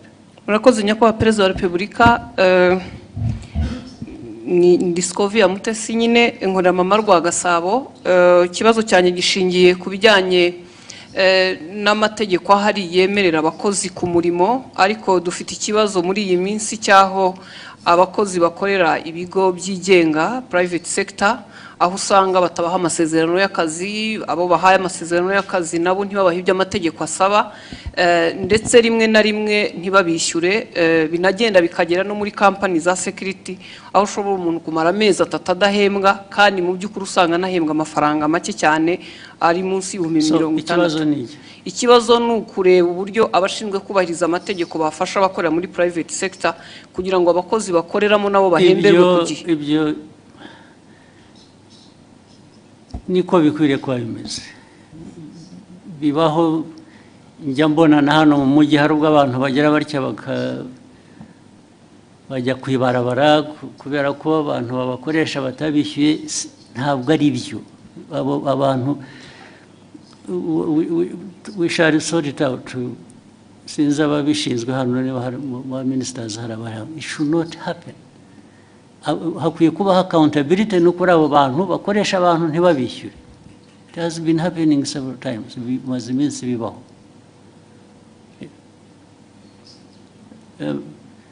Minicom uri hano cyangwa n'abandi abantu kutishyurwa bikarinda bivamo inshuro bibaye murabizi. You have seen it? Minister of Local Government mwarabibonye? Bibaho cyane. Kuki bikwiye kuba bibaho? Kandi iyo byabayeho inkurikizi kuba tabishyura baba bakwiye kuba babishyura nizi. Anyway, yihorere. Icyo kibazo kirumvikana, it will be sorted out one way, bizakemuka ku buryo bumwe cyangwa ubundi. Murakoze nyakubahwa Perezida wa Repubulika, nashakaga gusoreza ku kijyanye naho ibiciro bigeze ku isoko bigaragara ko bihenze, kandi si mu Rwanda gusa ni ku isi, ariko hari ibyiciro by'abantu bakigowe ndetse bakaba ari n'abakozi ba leta ku mishahara, abanyamabanga nshingwabikorwa b'utugari, abaganga ndetse na bamwe mu bakora mu nzego. Ibyo bibazo birazwi kandi bihoraho, bizanahoraho. Habura ibintu bihora bihinduka. Ntabwo hanze ku isoko bijyanye n'ubukungu bw'igihugu ari ku miterere yabwo ubwabwo cyangwa bifite bituruka hanze bitera ibibazo igihugu, byo bihoraho. Gushaka ko tubikemura gusa. Ibyo uvuga byose birazwi, ndetse niyo mpamvu habaho rimwe na rimwe kugerageza gukemura bimwe dufasha. Urabizi, iyo ubona leta ifata ibyemezo igatanga subsidies mu Kinyarwanda ni iki? Nkunganire. Buriya urabizi ko biriho, baba bunganira umuturage bazi ko nabo kandi ntibamwunganira bihagije, bamwunganira bijyanye n'ubushobozi, kuko hari ubushobozi igihugu kiba gifite kikunganira abantu uko gishoboye cyabitanga byose. Ibyo rero uvuga byo rwose birahari. Urebe mu gihugu hari ibijyanye na igiciro cy'ibintu byose, n'igiciro kigenda ku ifaranga wagujije, cyangwa ibijyanye n'ibiciro ku masoko by'ibyo kurya, urabizi ko byazamutse. Byose ibyo bibazo birahari, ariko buri munsi ntabwo abantu bahwema gutekereza uko bikemuka, ariko ntibishobora gukemuka ku buryo uko buri muntu wese abishaka, kuko ntibishoboka, ntibidashoboka. Ariko efote, imbaraga zo kugerageza gukemura ibyo ziratangwa bihagije rwose. Niyo mpamvu ubona ku giciro cya peteroli na diesel bagira batya, tugashaka uko tworohereza abantu, bikanga bikajya muri transport igiciro cyayo ukuntu bizamuka ariko buriya tudakoze izo interventions tutagiye tugerageza gushaka uko kunganira abantu biba byikubye nka kabiri cyangwa na gatatu. Munyemere ndasoreza ku kijyanye n'isuku. Umujyi wa Kigali uyu muri iyi minsi hari ikibazo cy'aya mazu manini yuzuye maremare dukoreramo cyangwa se n'ibindi bisa nkaho wagira ngo ntihubatse uburyo bwo kurekura amazi ayivaho cyangwa se umwanda ku buryo bigera ku mugoroba ukumva mu mujyi wa Kigali ntabwo hafite impumuro mbi, mu by'ukuri ugasanga ntabwo hahuye n'ishusho umujyi wa Kigali cyangwa u Rwanda ku bijyanye n'isuku. Icyo ni ikibazo kigomba Murakoze nyakubahwa. Yes, kizakemuka. Minister wa local government wacyumva na mayor n'abantu ba infrastructure. Mwe ntimubizi, ngomba kubyumvira hano mubibwiwe mwari mubizi kuki bidakemuka. Ngomba gukemuka uburyo bumwe cyangwa ubundi. Gukemuka babwira abantu kubaka cyangwa gukora ku bikorwa cyangwa se abantu hakaba penalties zijya mu gukemura ibyo bibazo nabyo vuba na bwangu bikurikira. Thank you, Excellency. With your permission, may we take a 15-minute break? I don't mind. Thank you, sir. Then we start with somebody here. When we come back? We'll come back anyway. Let's have 15 minutes and then we can go until tomorrow. Thank you, sir.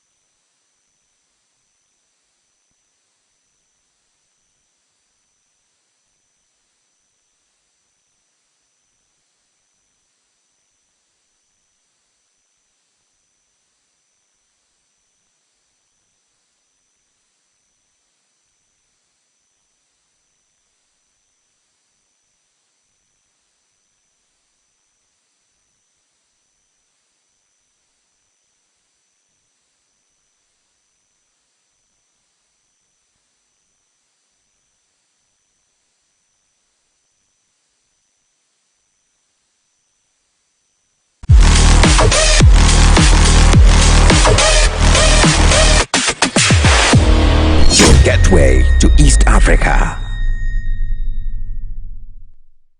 We are very happy to have this cricket pavilion and ground built.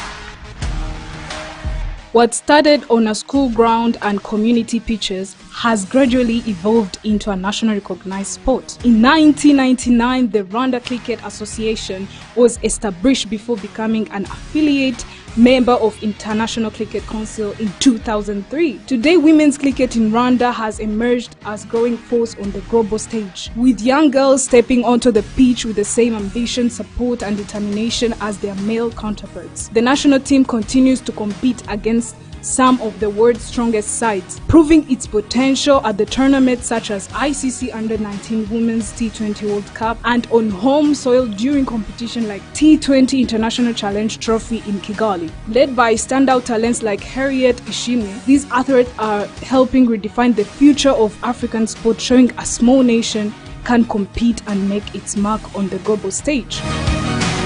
My name is Harriet Ishimwe and I'm the Vice Captain of Women's Cricket National.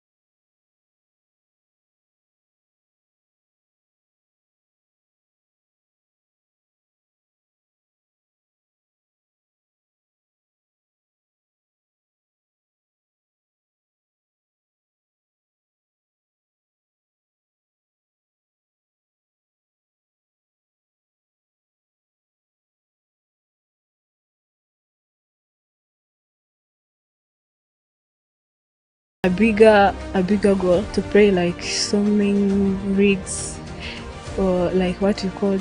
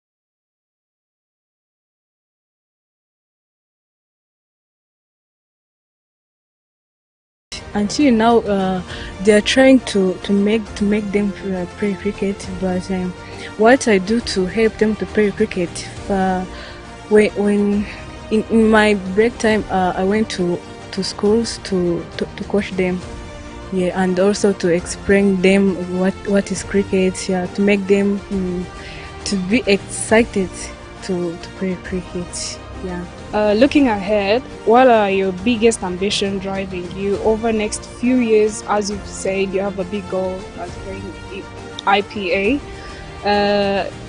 World Cup qualification, professional franchise cricket. What are your big ambitions do you have driving you to your next games? Franchising cricket or goals that go beyond the game itself?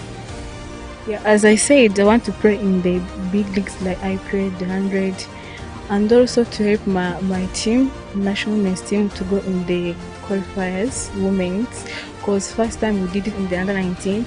So I want also to help my team to go in the women's World Cup. Yeah.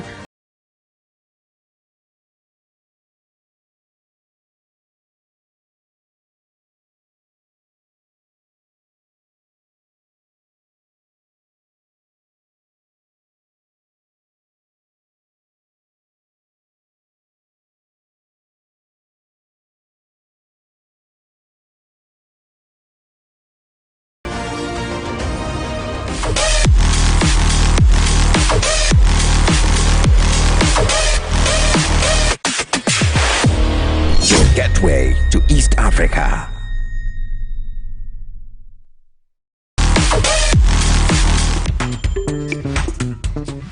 There are some who believe that what God gave them, they can never be hidden for long or forever. So they need to show up to see how God created them. Introducing uniform shouldn't be something that we can debate on. I think it should just be something that it should be cancelled. What people can focus on is to get knowledge, not focusing on outfit. It's not appropriate to adult to wear uniform such as parents. To wear uniform is like a symbol of people who have the unity, who have the same focus.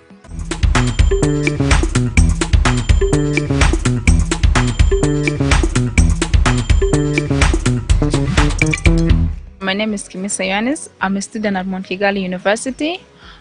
In my opinion, I say that government should not provide uniform for students at universities because they are already an adults, they know what they are doing and they know how to protect themselves.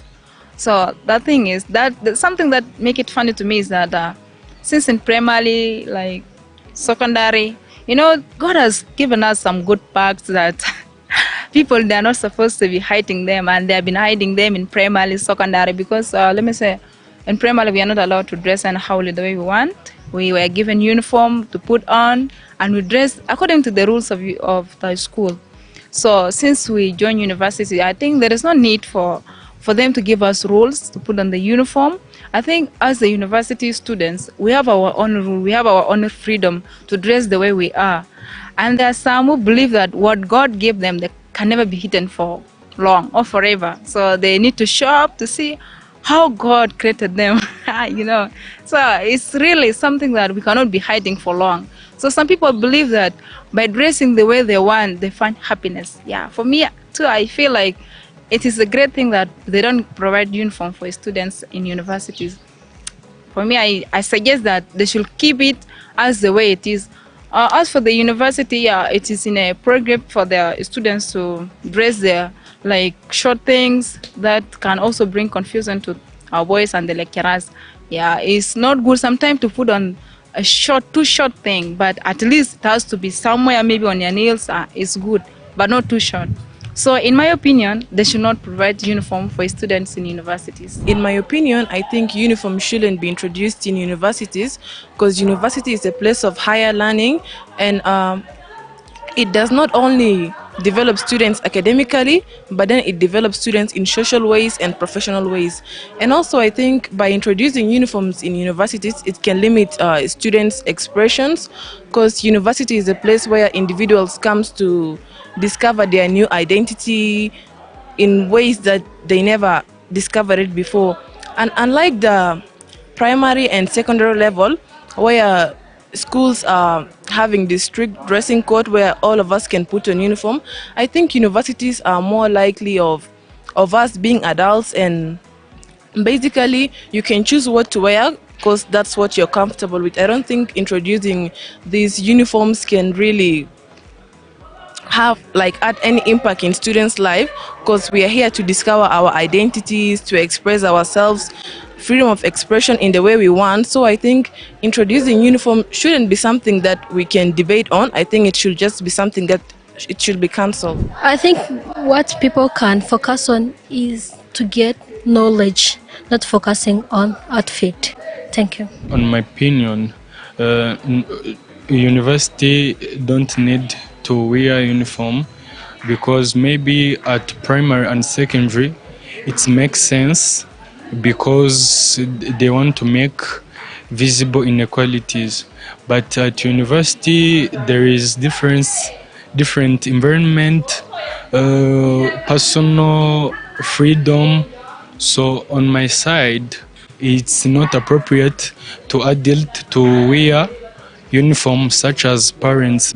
For example, when I'm talking about parents, we all know that at university there is different environment and we are not at the same age. So how can an adult people who can be like my father or my mother, we are all putting on the same uniform? So that's why I am on my side. I am telling you that it's not appropriate to wear uniform at university. My opinion is that we must wear a uniform. As we are in university, we are still students, we are still learning. The students must have the uniform. So, but it could maybe have like a difference. We could not have a uniform like the ones of primary or secondary. Each level have its specific uniform. What if maybe in primary they wear shorts, and in secondary they wear trousers, long trousers, and I hope like in the university we could maybe wear suits. So as people who are going to become the professionals, they can even be wearing the suits as university students with maybe with the logo of the school. Yeah, to wear uniform is like a symbol of people who have the unity, who have the same focus. Maybe university students, they wear maybe like a certain suit. Like, you can even say like black suit. That was my opinion.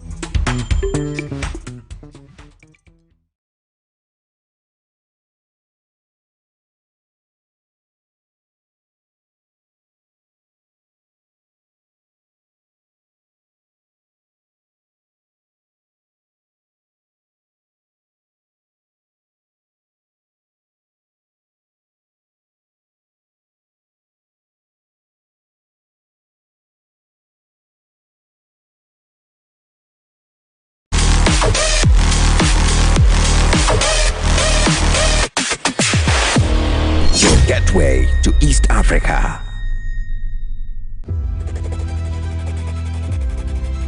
Every great masterpiece begins with a single stroke. For some, drawing is a hobby, but for others, it is a calling. Today, we met an artist whose pencil transforms blank pages into powerful stories, proving that talent, dedication, and perseverance can turn dreams into reality. I'm Cedric Radukund. I'm Rwandan. So I'm an artist based in Kigali, Rwanda. I do hyperrealistic drawings using pencils and some paintings. There's some different types of pencils I use. There's one which called graphite pencils, which is mixed with some oils, and the other are charcoal pencils. I also do hyperrealistic drawings by using some paintings like oil paintings and also acrylics. So I use both of them to make the drawings to be hyperrealistic. As you see on my studio, this one is also like oil paintings I'm working on. I use both of pencils and paintings to make the drawings. Behind every artwork is a story and a source of inspiration. When I was in primary, I think like primary level 2, I used to draw the drawings on the class while doing the sketches of like in geography or something like that, for drawing the map of Rwanda and so on. So I discovered that I have a drawings because I was the one who was drawing on the board. So when I was in a university, so I discovered that I can prove myself in drawings through the YouTube. I learned something from YouTube and some of the artists online. So that's why I kept going, and then I think that the most thing that helped me to improve myself is to learn from the other artists and make creativity by my own. Every masterpiece hides a journey of challenges and determination. All things requires an experience and some challenge.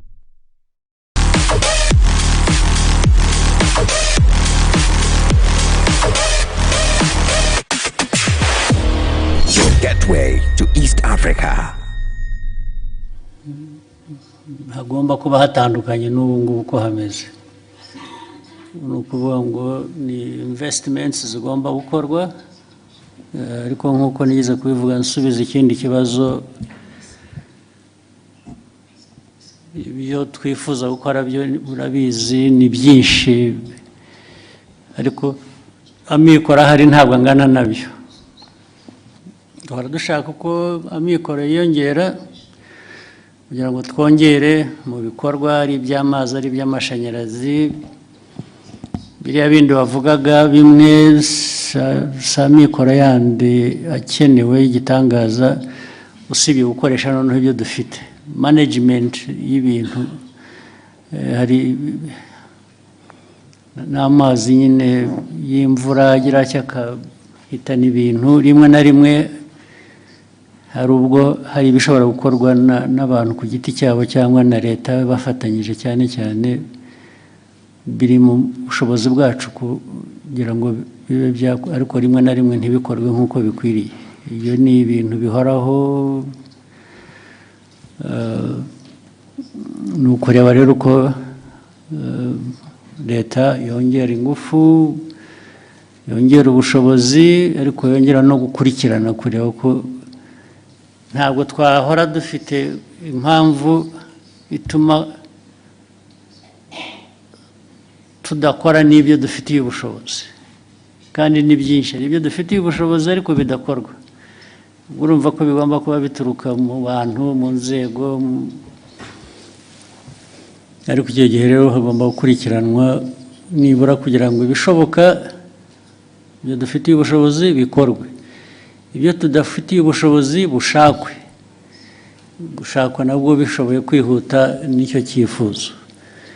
Rero urebye nta ibyo wavuze ni ibibazo byo bihoraho imyaka yose, ariko tugomba guhora dushakira abantu bakora ibintu uko bikwiye, babikorera igihe, bakoresha amikoro ahari, adahari hari n'uburyo nanone bwo gukomeza gushaka ayo mikoro.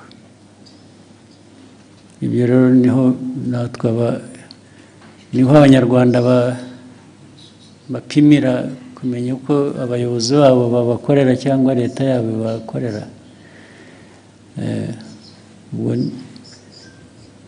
Igihe kigeze turishyura turabyishyura, nabyo byakongerwagamo imbaraga, abaturage bakabitubaza koko, ndetse bamwe bakadusezerera bakavuga ko tutakoze ibihagije kandi byari bishobotse. Buriya bagira igihe cyabo bakwiye kuba bifatiramo bakaduhana. Thank you, Excellency. We'll take the next question from Jackie.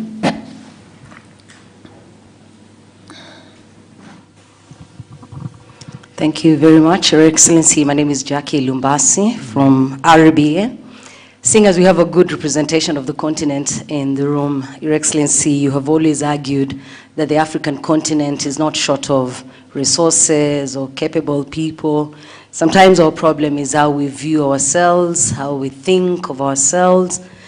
And you even mentioned earlier, some of those problems are self-inflicted. Your Excellency, Rwanda is set to host the Africa Mindset Reset Forum. As we host this forum, I'm wondering, in your opinion, not to speak for any other person, in your opinion, what is that mindset that you want to see Africa change? And when we change it, what do you replace that with? Thank you, Your Excellency. You want to preempt my discussion? Why don't you wait just another few hours, and tomorrow we'll be together. I'll tell you what I think, so that I avoid repeating myself. Right? Actually, part of it I have already said when I was answering some questions earlier. But the mindset, as we know it, is, you know, people talk about planning, they talk about policy, they talk about vision. All those are very, very important. But the mindset seems to be that glue that connects all of them. The mindset makes these components work well together. So let me leave it at that. The rest you'll hear from me tomorrow. But mindset is important, and Africa has to do something about it. It has to think of how our mindset changes, and we leverage all the opportunities we have and capacities. They are there. But the mindset lacking creates a lot of problems for us. Yeah, you can have somebody, imagine, you can have even a country, let's say like ours. The leadership, the behavior of that leadership, matters a lot in how do we deliver on certain aspirations or promise. Remember, long ago, just a quick example here, well, like in many other places, but let me talk about here. Many years ago, we really had the people, including those like in your category, those who are here, who would not do much that they could have done, just because they think it is somebody else's responsibility, or worse still, they think somebody will come from somewhere outside of our borders to come and help, or to come and remind you what you have to do. And then you could find leaders here so deficient in this area, where they would just and adoring others for what she or he could have done himself. That's a terrible thing about mindset. Even when all the means are there, you still want somebody to remind you what you should be doing, or to instruct you, or you even feel you are accountable to the other one. I mean, about your own business, which really amounts to a shame in a way. So let me stop it here. Thank you, sir. Go ahead. We'll take the next question at the front, Israel.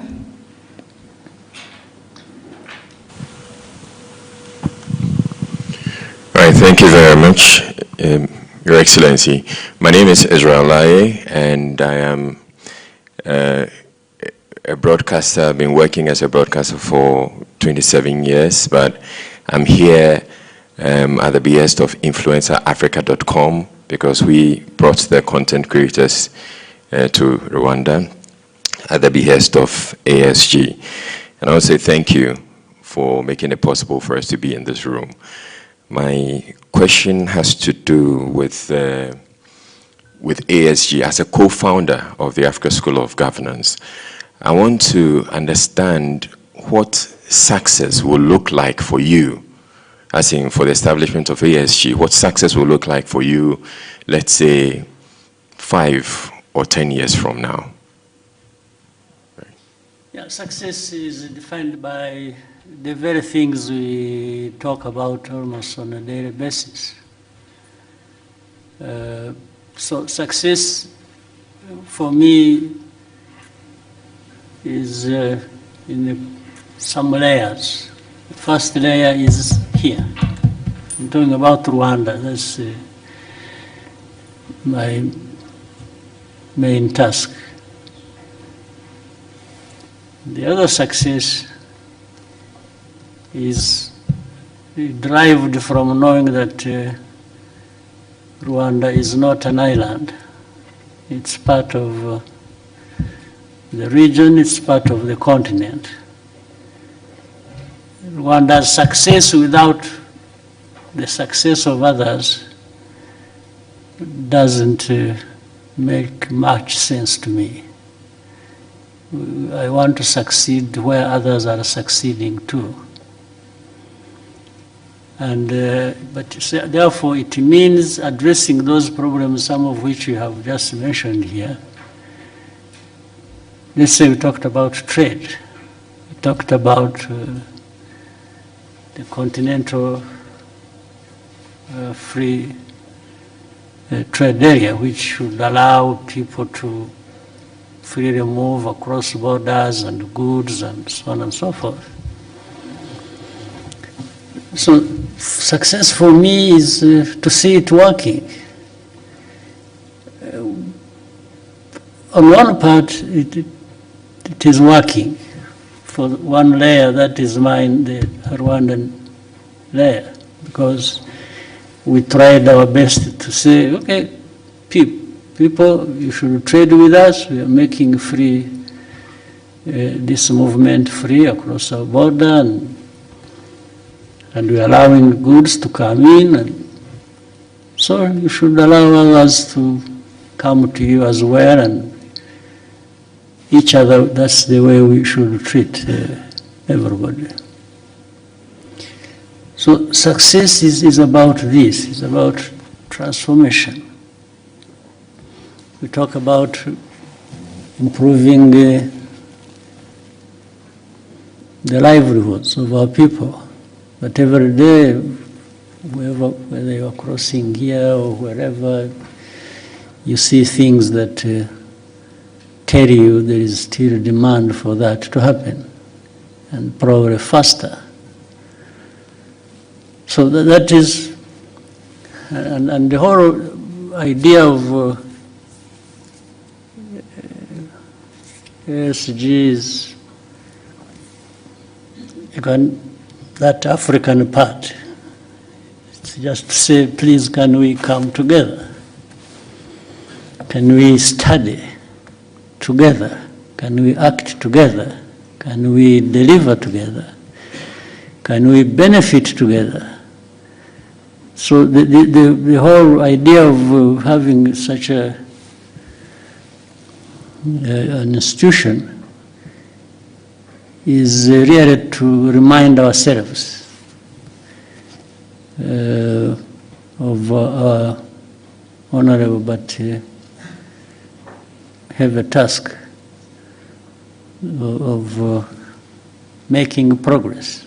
Success is about making progress in things you have identified that matter to that success, and there must be a way even of measuring that. So, in a nutshell, for me, that is how and if the institution can be part of that,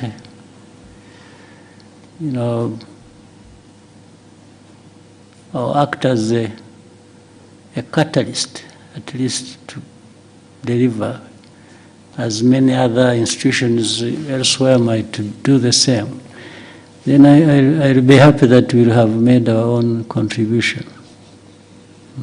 Thank you, sir. We'll take the next question. Vincent?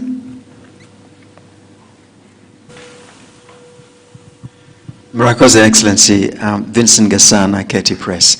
Maybe I should start by begging Your Excellency's pardon because I seem to ask more or less the same question whenever I get the opportunity.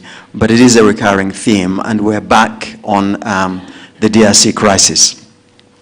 So it is beginning to look incredibly difficult, if not impossible, to avoid the conclusion that the influential, powerful nations of the West are intent on directing attention away from the underlying causes of the crisis in the DRC. It's gone as far as a rather astonishing comment within the latest group of experts report that Rwanda, quote unquote, sponsors armed groups. They never say which ones they are. They are brazenly pretty much projecting what the DRC does onto Rwanda. Now, in order to avoid looking at the underlying causes, Rwanda is being scapegoated. So really, when you have these powerful nations thinking of nothing of going into the UN Security Council and looking away from the actual causes of a crisis, I'm wondering, Your Excellency, what is it that is left for Rwanda to do beyond repeating the facts about on the grounds, repeating the truth? What else can Rwanda do to ensure that we come back to actually looking at what the crisis is about? And immediately, if I may, sir, very quickly, we hear a great deal about African solutions to African problems. Now, the DRC crisis is one of the gravest on the continent. But Africa, the organization, the institutions that should be looking at this, seems to be absent in action. So again, is there something that can be done to bring the solutions back to where they belong, and rather than outsourcing them to people who seem to have deaf ears to what really the solutions to the crisis are? Thank you very much indeed. Thank you. Well, I think it's all well put, and just to say, what does Rwanda do about all this? First, survive and thrive. We have to make sure under whatever circumstances we stay intact. We still can survive all this and live by our right to live. Our right to live cannot be taken away by anybody, including the powerful West. You cannot take it away and from us. And so we have to make sure we stay together. We stay, as I said earlier, doing what is right that we can do. But you've put it so well. I mean, you can't help but wonder why this problem that has been there for these 3 decades, these problems don't go away, despite so much in terms of interest and from all over the place. And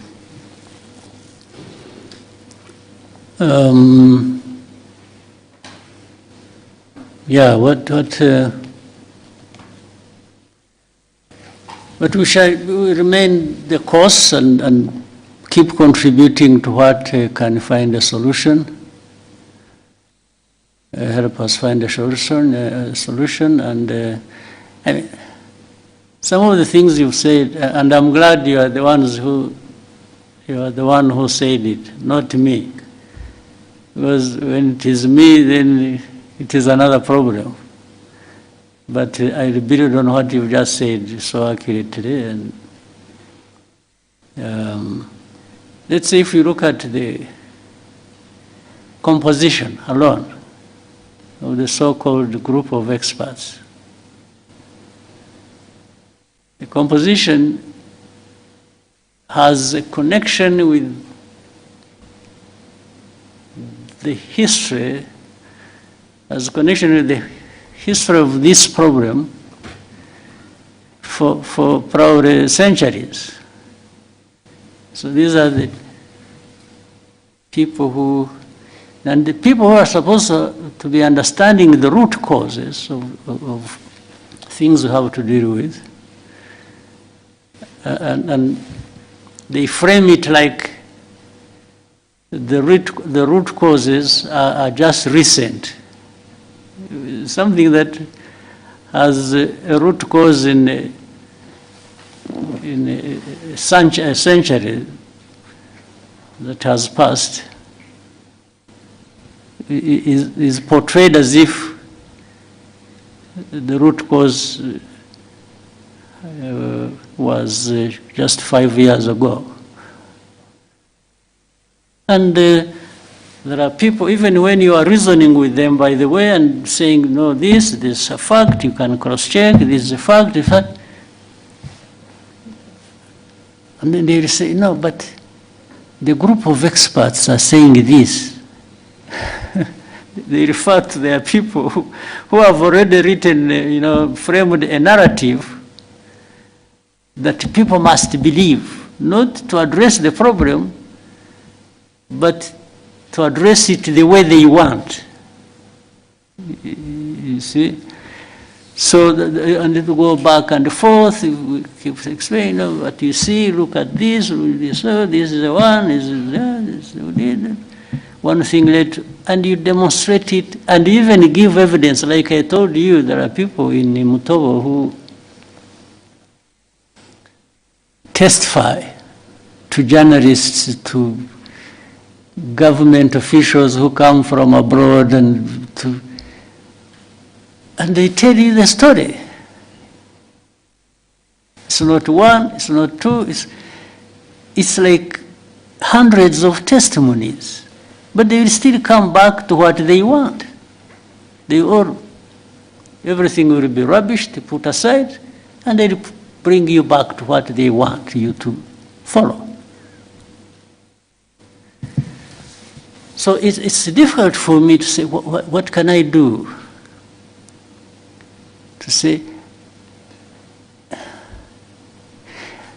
do I change the understanding of the problems that affect me, or the underlying facts relating to that, and agree with them so that I survive them? So is that an option? For us, we are left with the very narrow choices to pick from what we do. The choice is just to say, well, this is a fact. The cause is this. We are the ones concerned. We can tell you what we feel. So we say, this is where we are, and just go and do whatever you want. And that's how people go and do whatever they want, because even as I said earlier, it doesn't have to be addressing the problem. No, it's just sometimes it is either arrogance or wrong exercise of power that people have, and so they'll go back and sanction because you didn't agree with their falsehood. So meaning they are arm twisting you to bring you to agree the wrong thing that they're. So what do we do? So we just stay the course and keep explaining, keep doing our best, and you can see here you have, let's say, two parties to the problem. Let me say that. One is actually less responsible for the problem being there. The other one is directly responsible. So the powerful will come and say, you know what, we want this responsible person, even if he's wrong, but we want him to be the one seen as the right one. And you argue, you present your case, but they say, okay, if you don't see it that way, we will sanction you. So they will sanction the one who is less responsible so that the one who is more responsible benefits the way they want, or benefits them the way they want. There is nothing you can do about that, except if these people decided to change their mind or the way they look at the problem. So for you, what you do is you just hold yourself together and try to survive everything being thrown at you. That's it. Otherwise, it cannot solve the problem. That you threaten me, you even try to do harm to me, or you try to do this, and so that somebody is broken and delivers whatever they want, even if it is wrong. So we just make sure we are not broken. That's it. It's our duty to make sure we don't get broken. And do the best thing. So what else can we do?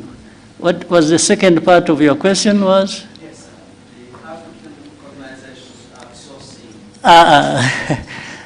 Unfortunately, the African solution to African problems hasn't really worked for a long time. It has become African problems added to African problems. Yeah, for me, that's what it's African problems for African problems. That's what we get. And some Africans are happy doing that, happy being part of it. And of course, then you will see the other non-African players who are powerful. They are enjoying that. They enjoy everything out of that. So these are things that we live every day, we see every day, and that's the life. And there has to be a way of continuing to find a way to live people's lives. We have to.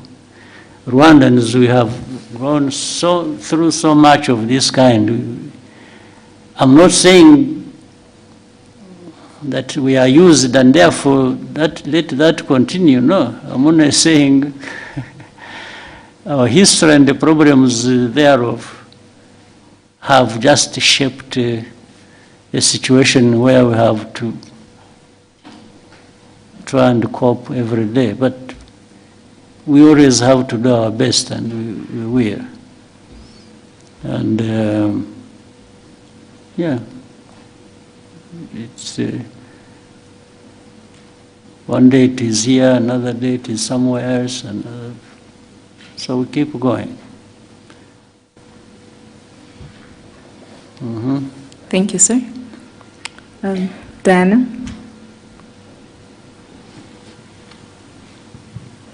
Thank you, Your Excellency. My name is Diana Iriza, and I am the correspondent for TRT World based in Istanbul, Turkey. Your Excellency, Kigali city is developing rapidly. It's growing, but for many ordinary Rwandans, especially the young Rwandans, are being kept stuck by the real estate business. For many of Rwandans here, finding it difficult to own a decent home. Do you have any concerns regarding this? Do you think we are building a city that could be unaffordable to most Rwandans, and what do you think should be done for this to change? What should be done is what we are doing. Of course, if you, as you are saying, it's growing, isn't it? The city is growing, the population is growing, the demands are growing of everybody. We are trying to cope. I can't tell anybody lies that, yeah, I have a solution. That next year when you come back, you'll find I have solved this problem, the one you have asked. No, I will be telling lies. But you will certainly find progress. You will find growth. You will find the way we address these problems. If you look at the continued growth of our economy, and we are trying to find a way that makes that growth contribute to the transformation and the well-being of people. I don't think there is any moment you will come back here, even after 3 years or 4 or 5. You come and you find there is no problem here. No. I'm sure even in the cities where you said you come from, where you are working, there are similar, yeah, but if you went to, you're employed by who? From? This one say, if you go to your employees, to your employers, and ask, you'll find they have a similar problems as I have. There's not a city in the world or around, or a country where you'll not find such a problems. But you'll always find some countries or cities making more progress than others. There's no doubt. So we are only trying to make sure that we make progress, as much progress as we can. And you are talking about real estate. It's not even that. There are many more things. Yes? Rwandan. Yes, yes, yes. They are very expensive for ordinary Rwandans. But at least you are aware in the last, like,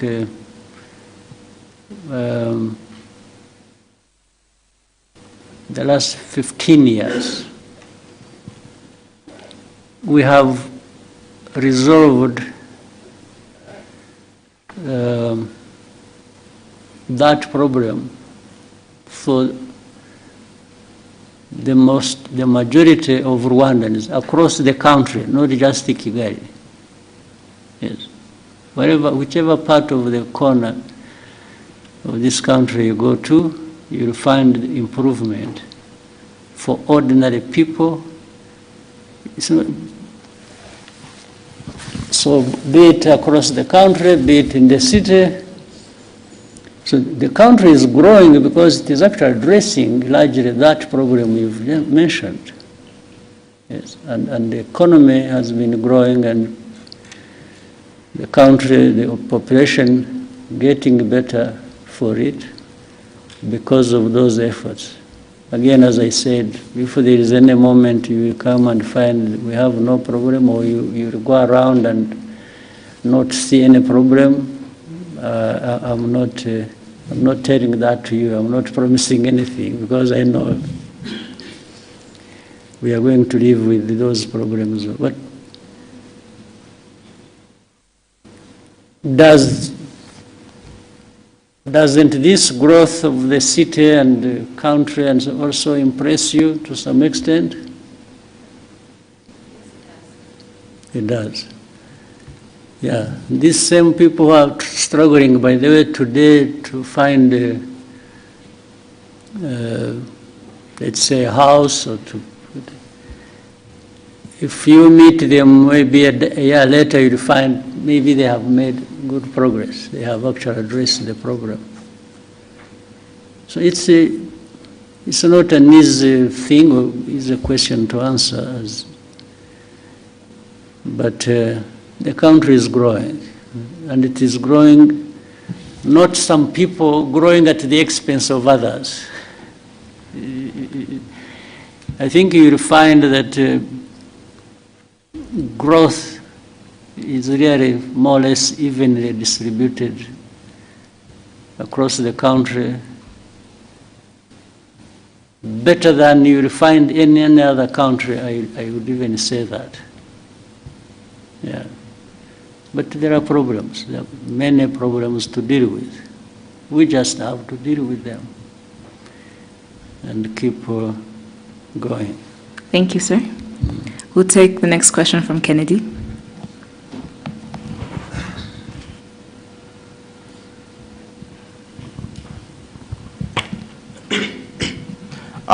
Thank you very much, Mr. President.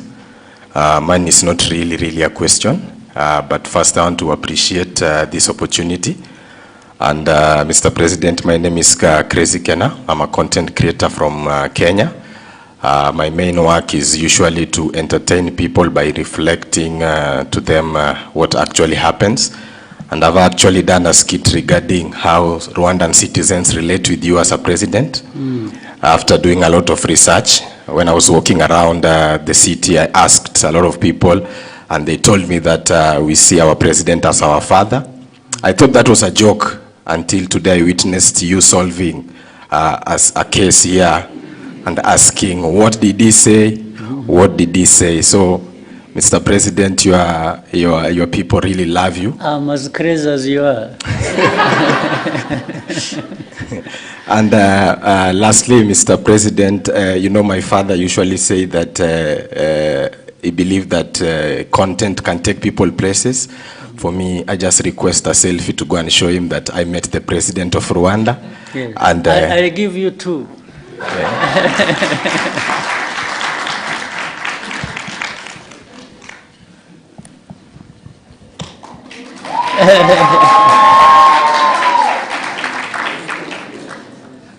Do I have to stand, or you'll do it just? Yeah.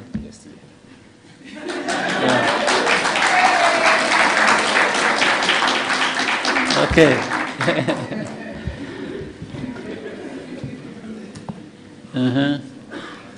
Thank you, Your Excellency.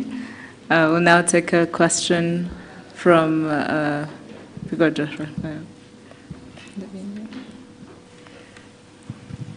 Good day, Your Excellency. My name is Banele Reo. I am a content creator, but more importantly, I am an entrepreneur from South Africa. I'm here today because of an invitation by ASG, and this is my second time being here in 7 months. And the reason why I'm here is because of initiatives that you are directly involved in, like the ASG, we are co-founder. Now, my question is, there seems to be a really strong drive with your leadership in terms of entrepreneurship. So now, I'd like to know, going forward, for the youth, right, into the future, even beyond your tenure, what do you think is the priority, or what should the priority be for them? Between two things, for the youth, going forward, between serving in office, serving the people in office, and entrepreneurship? Or can there be a balance between the two? Because with your leadership over the years, you've shown that you serving people was the most important service that you had to do in the last 30 years. But I see a shift maybe going to entrepreneurship. Is that true? Yeah. Actually, some people can have a better opportunity than I had of starting as entrepreneurs and ending as leaders who serve people. But beyond that, they could start with both. For me, there was no opportunity to start with both. I'd start as one, and so don't set any barriers in your mind. Just think about what you want to do, and for the young people, start with knowing and believing that you can do something. And starting from that, you can do many things. And so read correctly the opportunities before you, and within you the talents you have, and the desire you have, the energy you have. Don't waste any of those. Just use them. Let the limit to that come from somewhere else, not from you. Yes. So the young people should learn very fast. Learn at the earliest you can, the world around you and the opportunities available to you, and take it when it comes. So and just again, as we've talked about the mindset, you have developed a mindset where you don't complain about problems, but or look up to somebody else to be the one to deal with your problem. Start with yourself. And even if that was to happen, it happens when you have started the journey yourself to do things. The other people can step in and be useful, there's no question, and many have benefited that way. But start always with yourself, the thinking at least, because that shouldn't cost much to anyone. So the young people, use your time well, and use whatever investments that have been made in you or you have made in yourself to grow that, and also find ways of working together. One may not be enough, but two or three or more working together will always deliver something that is going to last, and much bigger than what any one person can deliver to you. So in Rwanda, we had an opportunity when we were young ourselves. It was to begin with, very risky. So it was extremely risky, but it was tried. And those who survived are still living, and what they delivered and still delivering has enabled many others to, I should say, the whole country to make a big, big difference for themselves and for the country. So the responsibility doesn't stop anywhere. It keeps coming from one generation to another and to another and to another. So play your part within your generation. All right? Thank you, sir. We'll take the next question from Lionel.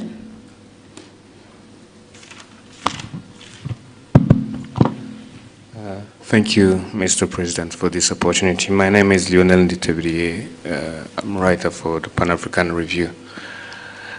My question is about Africa security, to be precise. We live in a world where a powerful actor can come and attack you without having so much as a good justification. So at the recent ISCA high-level discussions, the head of the RDF research and development said that Africa cannot remain a mere consumer of technology. And they were talking about autonomous systems, new weapons emerging. And you've talked often about self-reliance. And so I was wondering, in a sector like defense, how can we translate self-reliance into real capabilities, defense capabilities, and what can Rwanda contribute to that quest? Thank you. Well, we are trying. I mean, the first thing is, I'm glad you had that discussion. The very fact that somebody put it forward like that within that context already shows from the thinking, practical things happen. In fact, it's not just self-reliance is in many aspects. It's not just in technology and different systems as you mentioned. Self-reliance goes into other areas, even of governance. As you have seen in Rwanda, there are so many things we've done in areas of governance and service and delivery. And some people will wonder whether we don't even have more resources than we are known for. It's like, how does a poor country get to be here on this, on that, and so on? That is delivered actually by that mindset of self-reliance. So the self-reliance aspect of it makes, the aspect makes people, there are things I said when I was answering one of the questions. I said, do whatever you can within your means. There are people who have the means and they can't deliver on something when they have the means. In fact, some people have a lot in terms of means, and they don't deliver much. So in that discussion, what was being said can be applied in defense, I mean, again, another simple example, we are used to having, you have heard of peacekeepers across the world, financed by the UN, by big powers, and so on and so forth. And some security products that have to do a lot with the peace cannot be delivered because people will tell you there is no money to finance it. So we've tried to move around that and say, no, but there are some things that can be delivered even without much money by the UN or by the rich people. People know about Mozambique, or they think about Central African Republic. But I can remind you that, for example, you must have heard of a case in Sudan. Remember the conflict in Darfur. That was way back, even before we started having some of the things we have. Our forces went and served in Darfur, first under the African Union and then a hybrid African Union, UN. And do you know that for the first months, I think like 9 months, our forces went there and served without being paid anything. We were paying them from here. We were giving them their salaries, putting their salaries on their account here. And they were there. And whatever they were using there, we were giving them. That was, and what was delivered in that situation was better or more than we have seen delivered by so much money poured into a situation when you were there in Darfur. So it's again a question of how do you want to approach a problem. Having independence to do, it doesn't matter the size. Rwanda is not by any standard a big country.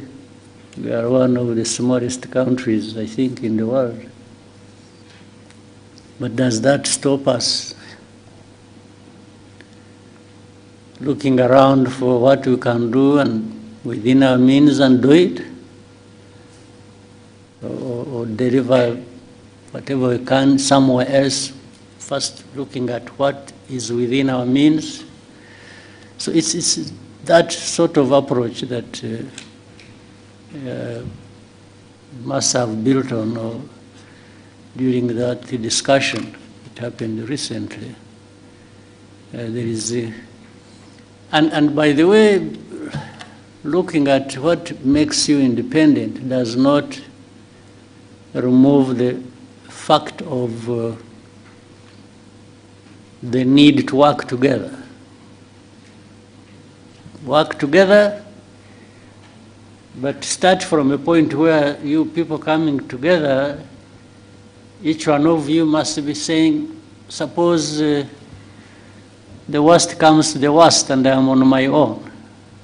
How do I survive? How do I operate? How do I deliver to an extent whatever I need to deliver? Thank you, Excellency. In the interest of time, may we take just one last question? I don't know how many, can you see many faces here, people? Maybe we try and shorten questions, and I also try my best to shorten my answers, and we take more people. Thank you, sir. We'll take 2 to 3 more questions. We'll start with you're in the center. You've taught me to say so many things. I never used to speak like this, but you made me talk and talk and talk and talk and. Muraho. Yes, Baroness. Joel Talargi here from Ethiopia. I'm a tech content creator as well as software developer. So I'm here for the forum. Thank you for this chance, Your Excellency. So I have a very critical and short question for you regarding technology and AI for Africa. So to make it short, AI systems are learning what Africa is from data. So systems learn from data, and that data is wrote about us that we didn't write. So Africans didn't write those data that AI is learning. And we have the youngest population on Earth, which is a very big thing, and the thinnest digital footprint of our own making. So my question is, what will African governments do differently this time? Not to consume AI, but to make sure that Africans creating content, data, and stories today are the ones training how models that will define us tomorrow. Yeah. Because every decision being made around the world is being influenced by AI. And AI is good if the data that it's trained on is good. If it's bad, it's going to be biased. And also AI is going to take jobs, and AI is going to affect the education, entrepreneurship, and every sector. Right. Well, so that's a good question. But the problem doesn't start with the AI. It's not, AI is something recent, right? Meaning for collecting data and not doing much with it and collecting it in Africa is something that precedes the era of AI. So, but it goes back to that question, where Africa, whether it is AI or anything else that will come in the future, and we shouldn't be taking all this long to be part of the conversation, the global conversation. How can we keep referring ourselves to, I mean, as people who are left behind, who AI comes, is the data, it is collected from us, it is going to affect us because those who are developing systems are using, yes, that is a problem that has been there for, let me say, the last 100 years. We really need to change that conversation and just like in your own way, I mean, your talent, your profession, you're in, and so on. Many Africans have that knowledge. They have, in fact, sometimes they are the ones working for those institutions or those companies that develop AI systems. You find they're Africans. So we need to resolve a bigger problem on our continent where, yes, we need to be at the same level with the rest across the world, because we can. Why is it just a given that Africa must lag behind everybody? No. So, but what you are saying is true. But it doesn't, it shouldn't be that way. It's something we need to change. We're already too late in doing that. Too late. We should have done it 20 years ago, 30 years ago, even on other things and in other areas. So the conversation around this African governance and the mindset and so on and so forth should be making a dent, at least shaking Africa into this position where we can't keep being onlookers and just having things about ourselves being taken care of by others. I mean, just imagine it for a moment, what that means. Why? Why should it be like this? But it's not just asking questions, you should also find answers. And the answers are in this room. They are in another room next, and another room on our continent. Yes, let's make the investments that are needed. We've already made the investment, let's say, in our young people and others grown who have developed certain capabilities. They are there. So why don't we bring our heads together and do it without waste of time? Thank you, sir. We'll take the next question from Joseph. Murakoze nyakubahwa Perezida, nitwa Joseph Hakuzweumuremyi, naturutse ku kinyamakuru Umuryango TV. Ndagira ngo mbabaze ku kibazo kijyanye n'icuruzwa ry'abantu. Short question. Tugire short duhine. Yego cyane. Ndagira ngo mbabaze ku kibazo cy'icuruzwa ry'abantu, ahanini kibasiye urubyiruko, ariko nanababwira ko kuva tariki 15 z'ukwa gatanu 2026 hari abanyarwanda bafungiye muri Madagascar. Bageze muri 5 b'urubyiruko bagiye gucuruzwayo, nyuma babafunga bashinja icyaha bakorewe ahubwo. Imiryango yabo rero irabasaba ubufasha, ariko hano hari n'urubyiruko rwaturutse hirya no hino muri Afurika, kandi n'icyo kibazo n'abanyarwanda bafunganyemo n'abandi bageze muri 21 bava mu bindi bihugu byo muri Afurika. Nagira ngo mugire message mutanga muri rusange. Icuruzwa ry'abantu ni ikibazo kinini cyane kitari mu Rwanda gusa, kiri ku isi hose, cyane cyane yenewe abanyafurika. Baravuga bari Madagascar, hari abo tubona bari mu Bushinwa, hari abo tubona bava mu Buhinde, hari abo twumva bafatiwe mu bihugu byo mu Gulf region, hari abantu birirwa bafatwa, polisi n'izindi inzego in fact zirirwa ku rugamba ziba zifata baravuga abatwawe Madagascar cyangwa bariyo n'iki.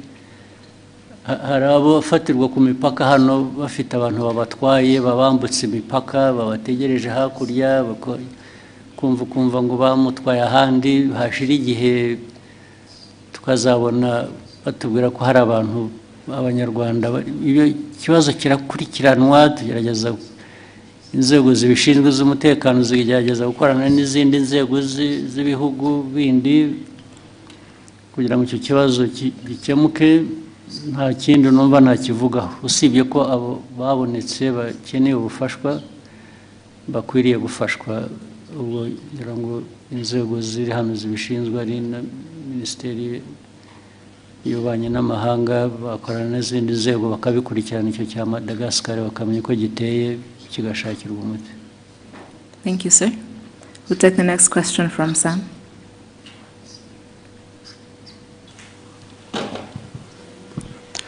Murakoze nyakubahwa Perezida wa Repubulika, nitwa Sam Karenzi, ndi umunyamakuru ubusanzwe wibanda ku makuru y'imikino. Nyakubahwa Perezida, u Rwanda rumaze igihe rushyira ingufu mu kubaka ibikorwa remezo bya siporo, cyane cyane umupira w'amaguru. Mu minsi mike ishize amakipe yacu yaba y'igihugu ndetse n'amaklub amaze iminsi yitwara neza. Uko mubibona football final yabiri mu murongo muyifuzamo, nyakubahwa Perezida wa Repubulika? Niho ko ntemeranya nawe, kwitwara neza bikiri hasi. Nabazaga nti murabona hakorwa iki noneho kugira ngo gume mu murongo mwiza cyangwa ukomerezeho? Niwe nabaza, naho ntabwo nagerageje ibyo nshoboye, ndafasha, ndasunika, ndagira ntariko ntabwo mbizi ntabwo nzi icyo nafasha kindi kirenze ariko nukomeza tukagerageza ariko ikibazo nitwe kirimo nk'abanyarwanda n'abakinnyi n'abandi ikibazo kiri muri twe tukivanyemo byatera imbere baribuka mu minsi yashize najyaga mbabwira hano ukabona abantu barakina imipira biba n'ahandi ariko njye simvuga iby'ahandi ndavuga hano yewe abantu ugasanga n'imyifatire gusa n'imico hanyuma ngo baragiye babwira abantu ko abateze b'umupira bagomba kugura imisatsi bakishyira ku mutwe cyangwa bagafata iyo ku mutwe yabo bakayiziringa ukuntu bashatse ibyo bikaba gukina umupira cyangwa bikavaho bikajya mu kuraguza bikajya mu birozi bikajya noneho byangiza bikaba no kwiba na mikoro yarakwiye kuba arimo ugasanga ubwo se wenda n'ahandi birahaba kandi birahaba ariko genda avuga ibitureba ntabwo abantu bashaka kugera kure ugira uko wifata ugira uko witwara ugira uko aho uhanga amaso ukaba ariho ushyira ingufu ariko ibintu biri aho ntabwo niho mbura uko nafasha narafashije naho nashakishaga n'amafaranga nkafata n'umwenda nkabaha kubera ko bije itabonetse ihagije ariko ukabona hari ibintu bitaza mu bantu bakajya no mu matiku bakajya mu bintu byo kwangana bakajya mu ntambara no hagati y'itimu ubwayo muri imwe cyangwa hagati y'itimu imwe n'iyindi ugasanga niho ibintu bya uwagabanya ibyo byose navugaga bimwe bifite intuzo tukareba neza ariko tugatangira no hasi abana bato bakarerwa ku buryo bazamuka umuco w'igihe cyashize cya kera wasangaga umuntu umukinnyi bamuvuga gusa kubera ko izina ryavuzwe muri 76 rigahora ari iryo akarinda nogoka nta wundi bazamuye inyuma ye bikwiye guhera hasi abana ariko noneho the culture the environment kaba ibintu bifite ndetse bakava no muri ibi ubwo nabo bashobora kuba kujya gukina umupira babanza bakajya mu biyobyabwenge cyangwa mu biki byose ni ibintu abantu bakwiriye ibyo nimushaka ko dukorana nanjye nkagira uruhare nkabafashamo muzampamagare nzabikora ariko noti ibi bintu by'akajagari biri mu marozi biri mu nzanguro biri mu myitwarire ntabwo ibyo nabijyamo nahagaritse no kujya ntabwo nzajya nta mafaranga ngo nshyire mu bintu bijyamo aho sibyo Excellency nari mbigendeye ko ikipe y'igihugu y'u Rwanda iherutse kwitwara neza muri mikino ya FIFA Series yari yabereye inaha Rayon Sport iherutse gutwara igikombe cya Sekafa nacyo cyabereye numvaga bitanga icyizere kandi nari nabonye mwatangiye no kugaruka kuri stade ndagaruka ariko nkataha nk'ubwo uravuga ibyo ngibyo iby'amakipe tuvuga ariko ikipe y'igihugu se bivugaho iki ntabwo bikwiye guhera kurangirira aha ndavuga umupira w'ayo makipe uzamuka neza ariko ukagera no ku gihugu n'igihugu kikagaragaraho cyifata neza impamvu byo bitaba ni ukubereye haracyarimo byinshi byo gukosora harimo byinshi tugomba tubikosore two kubinyura iruhande tubikosora uko bikwiye naho yewe no gukunda umupira rwose ibyo birahari biri guaranteed ariko hari ubwo mbona bindenze nkisubirira inyuma nkajya kwikorera ibindi. akoze nyakubahwa perezida wa repubulika nari mfite ikindi kibazo abantu bari muri media ndetse n'aba content creators dukomeje kugorwa n'ikibazo cy'imbuga nkoranyambaga zitari monetized ubushize mwari mwagitanzeho umurongo nyakubahwa perezida. Ikibazo sinzi aho cyahereye yuko twagishinze na minisita bijyanye n'ibintu bya ICT byahereye hari icyo bakoze hari wazi niba hari progress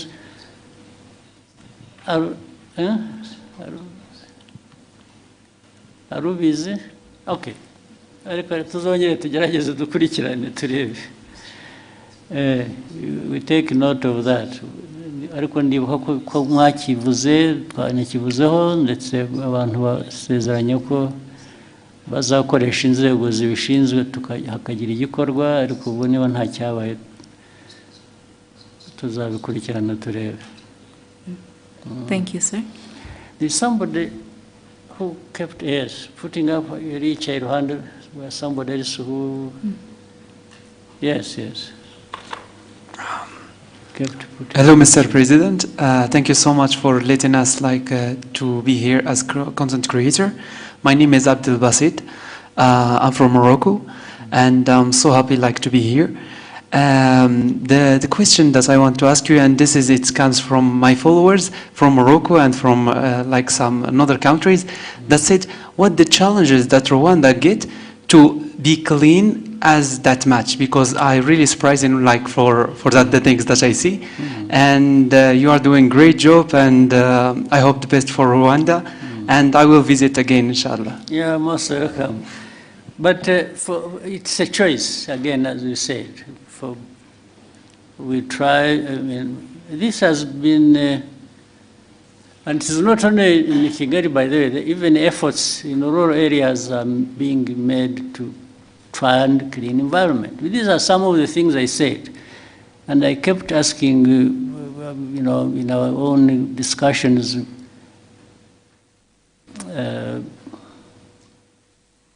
knowing. All of you here, or people in Rwanda, they have homes they come from, the homesteads and so on. And I used to give an example for a homestead to look or to be kept clean. Does it require foreign aid? Do you need foreign aid to clean yourself or to clean your home or environment? So we raised it to the level, we said, yeah, even our country, much as we are not a wealthy country, if we raise it from that concept of the home to the country, people taking care of the environment, we ask ourselves, does the country need foreign aid to keep itself clean? We said, no, we can actually clean it up ourselves, irrespective of our economic status. And that's how it started. Yes, in the first year, it was a bit difficult, people just saying, no, why do they tell me to do this? We kept going. And I made sure I would show up myself to do some cleaning. And maybe some people said, well, but if the president can go there, maybe, why not me? So they started coming.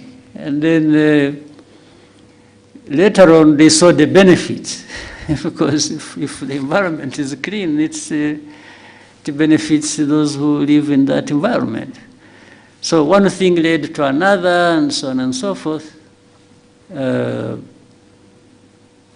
So it's just because we decided to do it, and anybody can decide to do it, anybody can achieve it. And so it's one of the things. And look, as a country, as a small country like Rwanda, again, it's our discussion. We keep having it as a discussion among ourselves.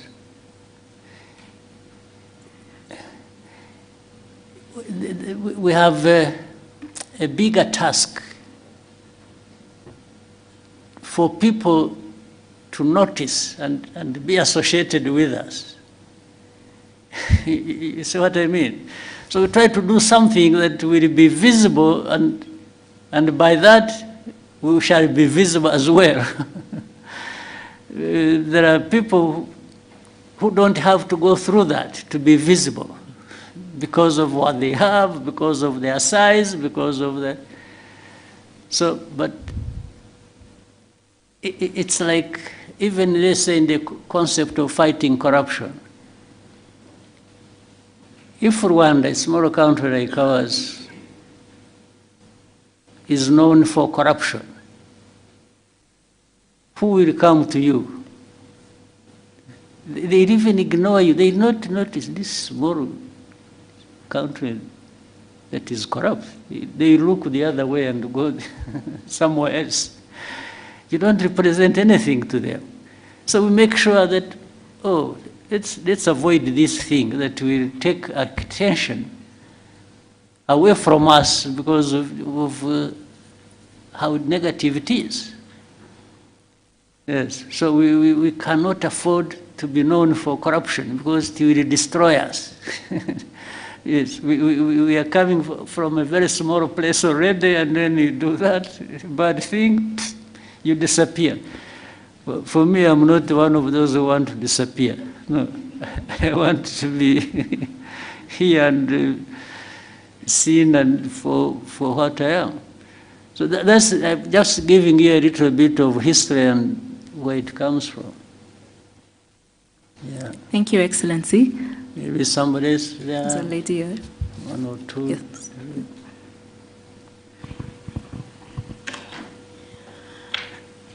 Thank you, Mr. President. Amazina ni Njoki, ndi Munya-Kenya, but I live in Rwanda. And I've been here for 4 years, and one of the main questions I get as a Kenyan living in Rwanda from my fellow Kenyans, Gen Zs, is how does Rwanda actually do it? How do they, are they able to have governance that actually works for its people? So as we're headed into elections, what would be the advice that you would give to Gen Zs on how to filter through the noise and actually pick people that will end up working for our benefits and putting our interests first? And my second question is a personal one. That's too much. No, it's just a request. No. Okay. When it came to elections, I don't want to enter people's territory and start advising.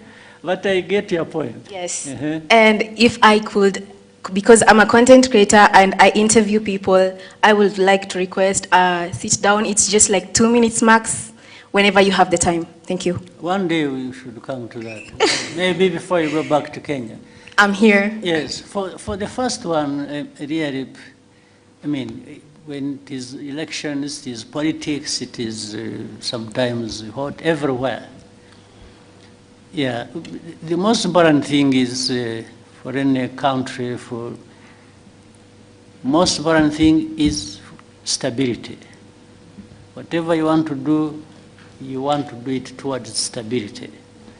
2, you want to do it for the improvement of society and so on and so forth. Even governance, politics being part of governance, you want to do politics that will deliver stability and progress. And for the citizens of any country, therefore, when, like in your case, people who have a voice through one channel or the other, when you want to say things, or do things, you do that in a certain way that contributes. You first calculate, is it going to deliver stability that we want? Is it going to improve the politics to deliver that? Is it going to contribute in any way to the progress the country should be made. So it's a bit tricky, it's broad, it's sometimes amorphous, it has no shape, it has no, but it's around those elements that people have to think along. Yeah, and for the interview and so on, the discussion, I think my people can see some sitting behind you, you get close to them and you can make an arrangement. I'll be available. Thank you, Excellency. Then the other two, maybe quickly. The lady right there. Yes.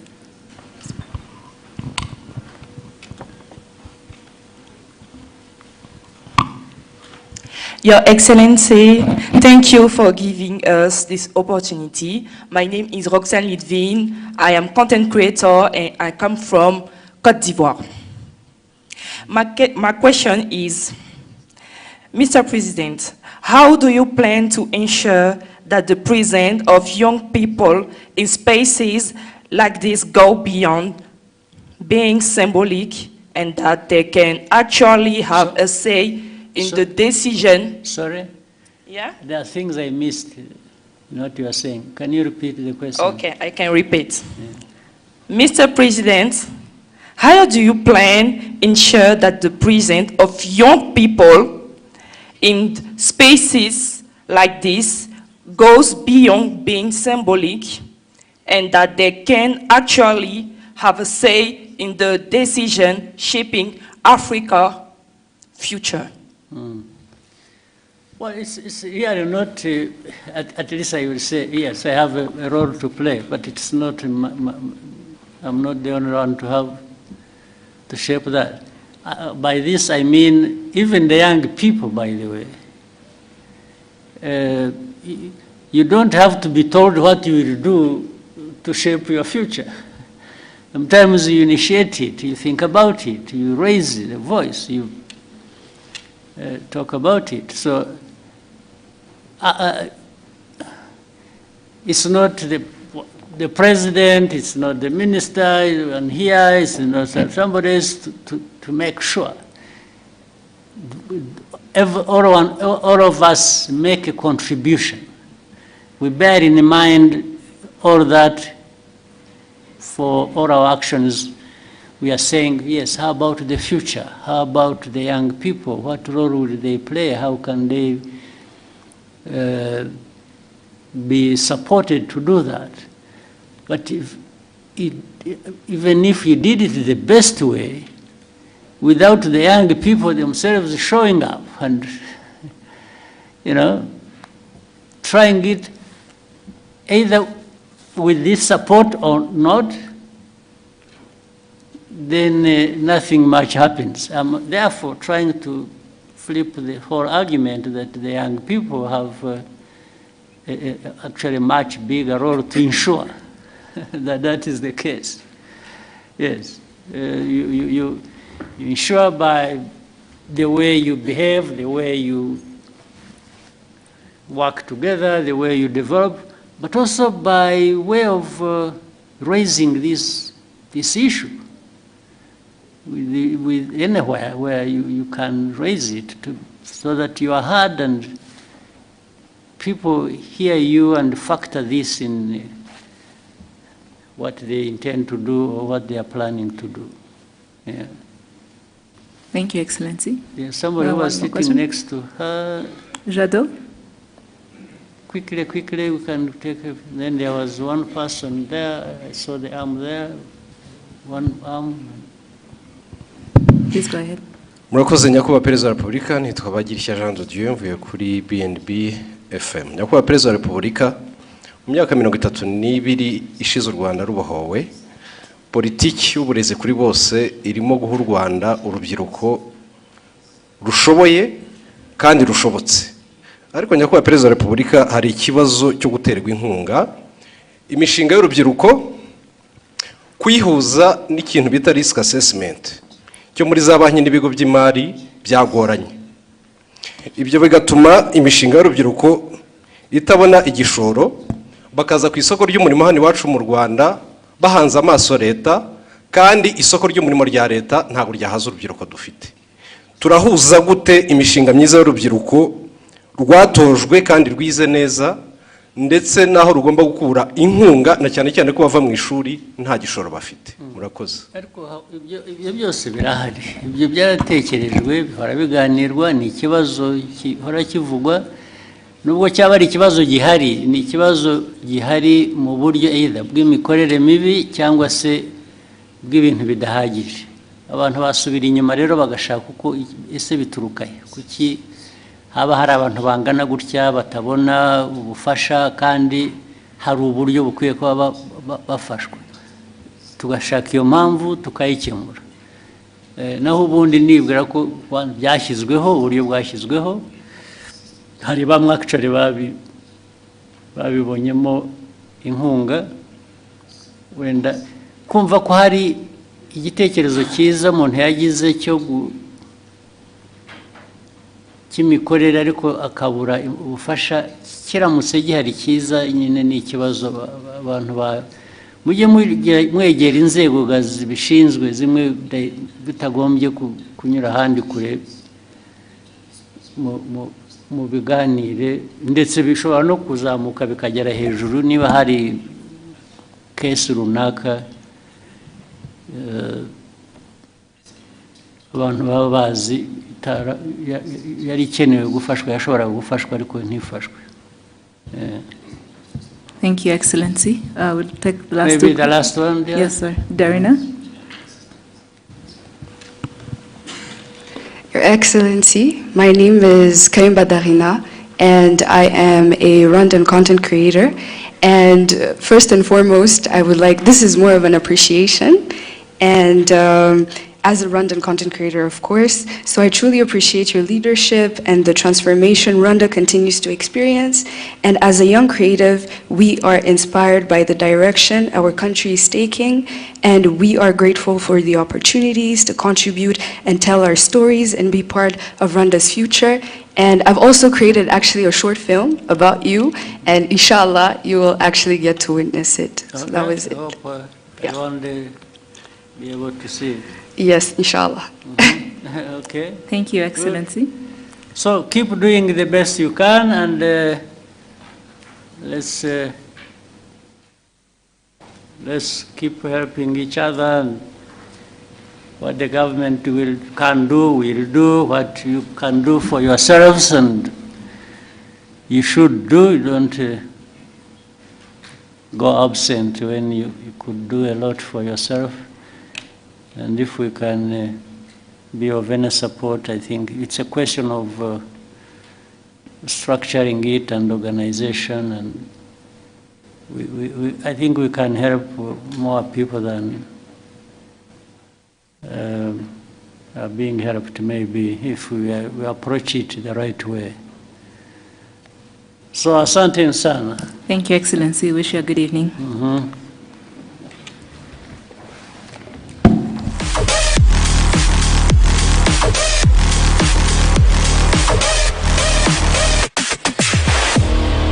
Gateway to East Africa. Every great masterpiece begins with a single stroke. For some, drawing is a hobby, but for others, it is a calling. Today, we met an artist whose pencil transforms blank pages into powerful stories, proving that talent, dedication, and perseverance can turn dreams into reality. I'm Cedric Radukund. I'm Rwandan. So I'm an artist based in Kigali, Rwanda. I do hyperrealistic drawings using pencils and some paintings. There's some different types of pencils I use. There's one which called graphite pencils, which is mixed with some oils, and the other are charcoal pencils. I also do hyperrealistic drawings by using some paintings like oil paintings and also acrylics. So I use both of them to make the drawings to be hyperrealistic. As you see on my studio, this one is also like oil paintings I'm working on, I use both of pencils and paintings to make the drawings. Behind every artwork is a story and a source of inspiration. When I was in primary, I think like primary level 2, I used to draw the drawings on the class while doing the sketches of like in geography or something like that, for drawing the map of Rwanda and so on. So I discovered that I have a drawings because I was the one who was drawing on the board. So when I was in a university, so I discovered that I can prove myself in drawings through the YouTube. I learned something from YouTube and some of the artists online. So that's why I kept going, and then I think that the most thing that helped me to improve myself is to learn from the other artists and make creativity by my own. Every masterpiece hides a journey of challenges and determination. All things requires an experience and some challenge. So I take myself not to be limited at something. Every dream faces a test, but passion keeps the vision alive. There is one time when I finished my secondary school, I think it was 2018. There is one of my friends, we used to sit together during the classes and something like that. So during the time when we went on vacation, I did a sketch of our president. So then I posted it on WhatsApp. With the time he saw my drawing, he gave me a very negative comment about my artworks, and then he told me like, there is a lot of artists in Rwanda who do better than you. And then I didn't take that as a joke. During that time, I also quitted. I almost quitted my drawings, and they went, because I did mechanical engineering even in high school. So I went in the garage for doing some mechanics of the cars and something like that. So there was time we started the university. I think I was in year 1 in university. So there I went, I met with a guy who also as an artist, known as a Hervé Art. So he was also in my department. So we shared the journey of ourselves.